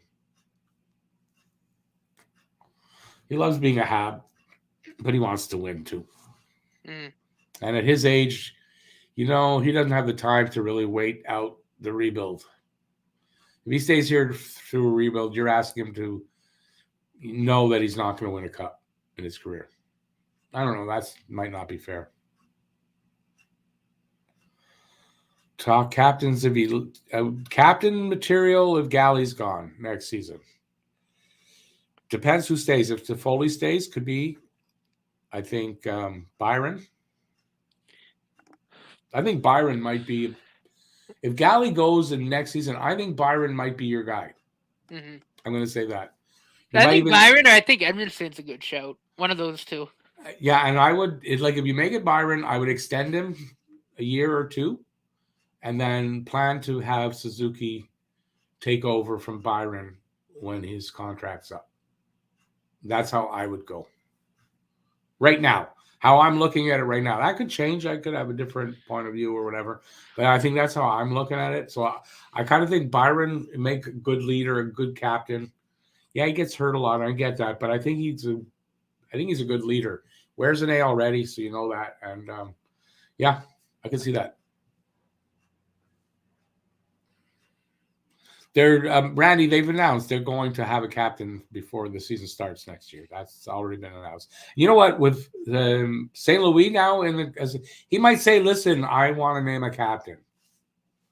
He might want to do that. So we might get one before, but they said next season they're going to name one.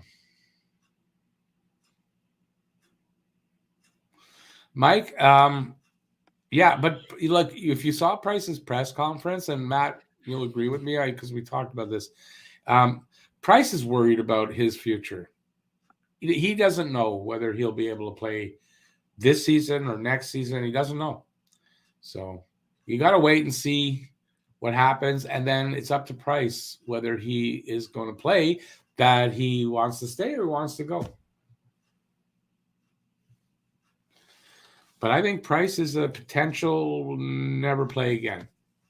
It's potential, and I saw it in his answers and his face and all that. I thought, yeah, he doesn't know 100% if he can play again. Mm-hmm. Is there any other team without a captain now? I don't know. I imagine there might be. It's not a great thing to do, to not have a captain or leader, especially when you got a guy like Galley there. It's maybe not the best with the refs, but I mean, you got guys there that could have been named captain. I have a feeling it might have had to do with Weber. Not sure whether he's coming back or not. I would think Weber knows by now, but you never know.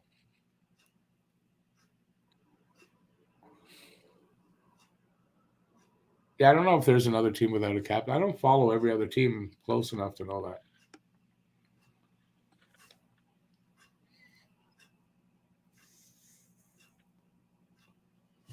Oh, I think we're getting to the end for today. Next game is, as I said, what did I say? Thursday. So don't forget, Thursday, St. Louis in town to take on the Habs. Uh-huh. Thursday night, you'll be there? Yeah, I'll be there. So Matt will be doing the game with me on Thursday. And I'll have I might film it later today. I'll have that PK Subban video coming out.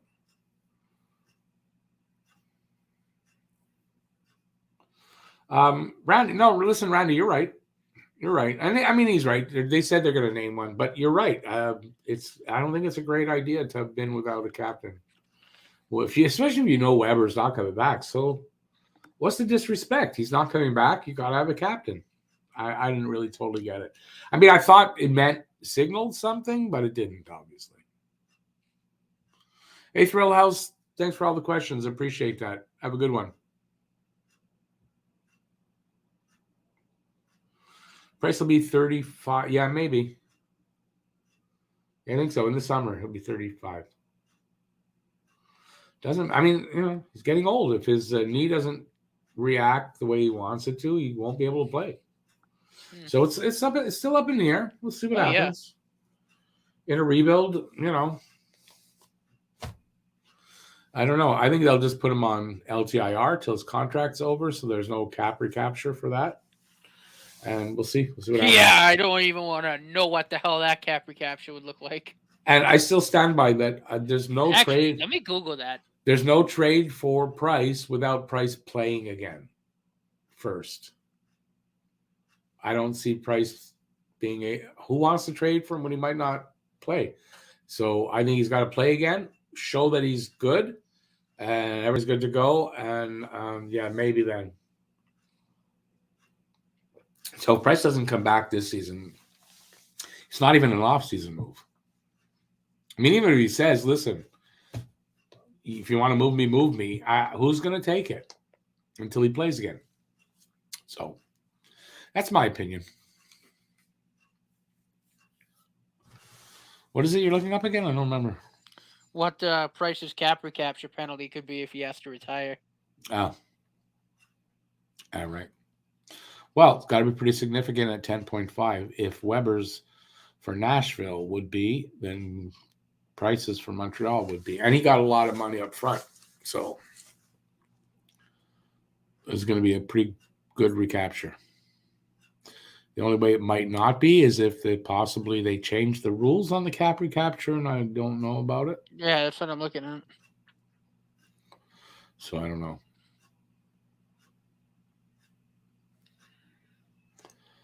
That cap, those kind of things, it really makes it difficult. The salary cap. I mean, it's it's not an easy thing to work around for everything. That's why teams have to go in kind of like roller coaster, up and down.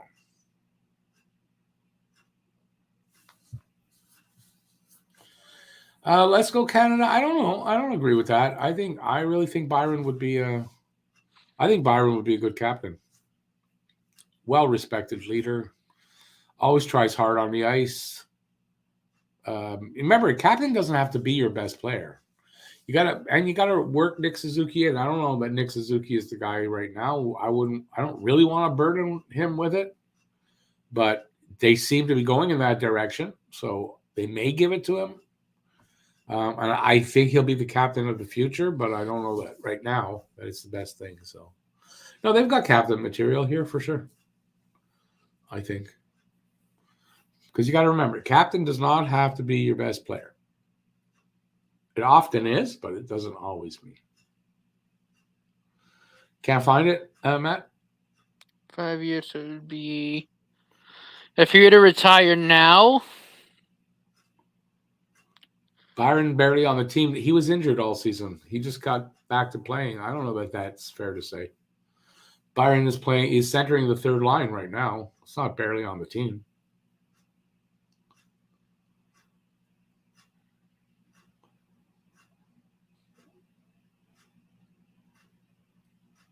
Give him a ballpark figure.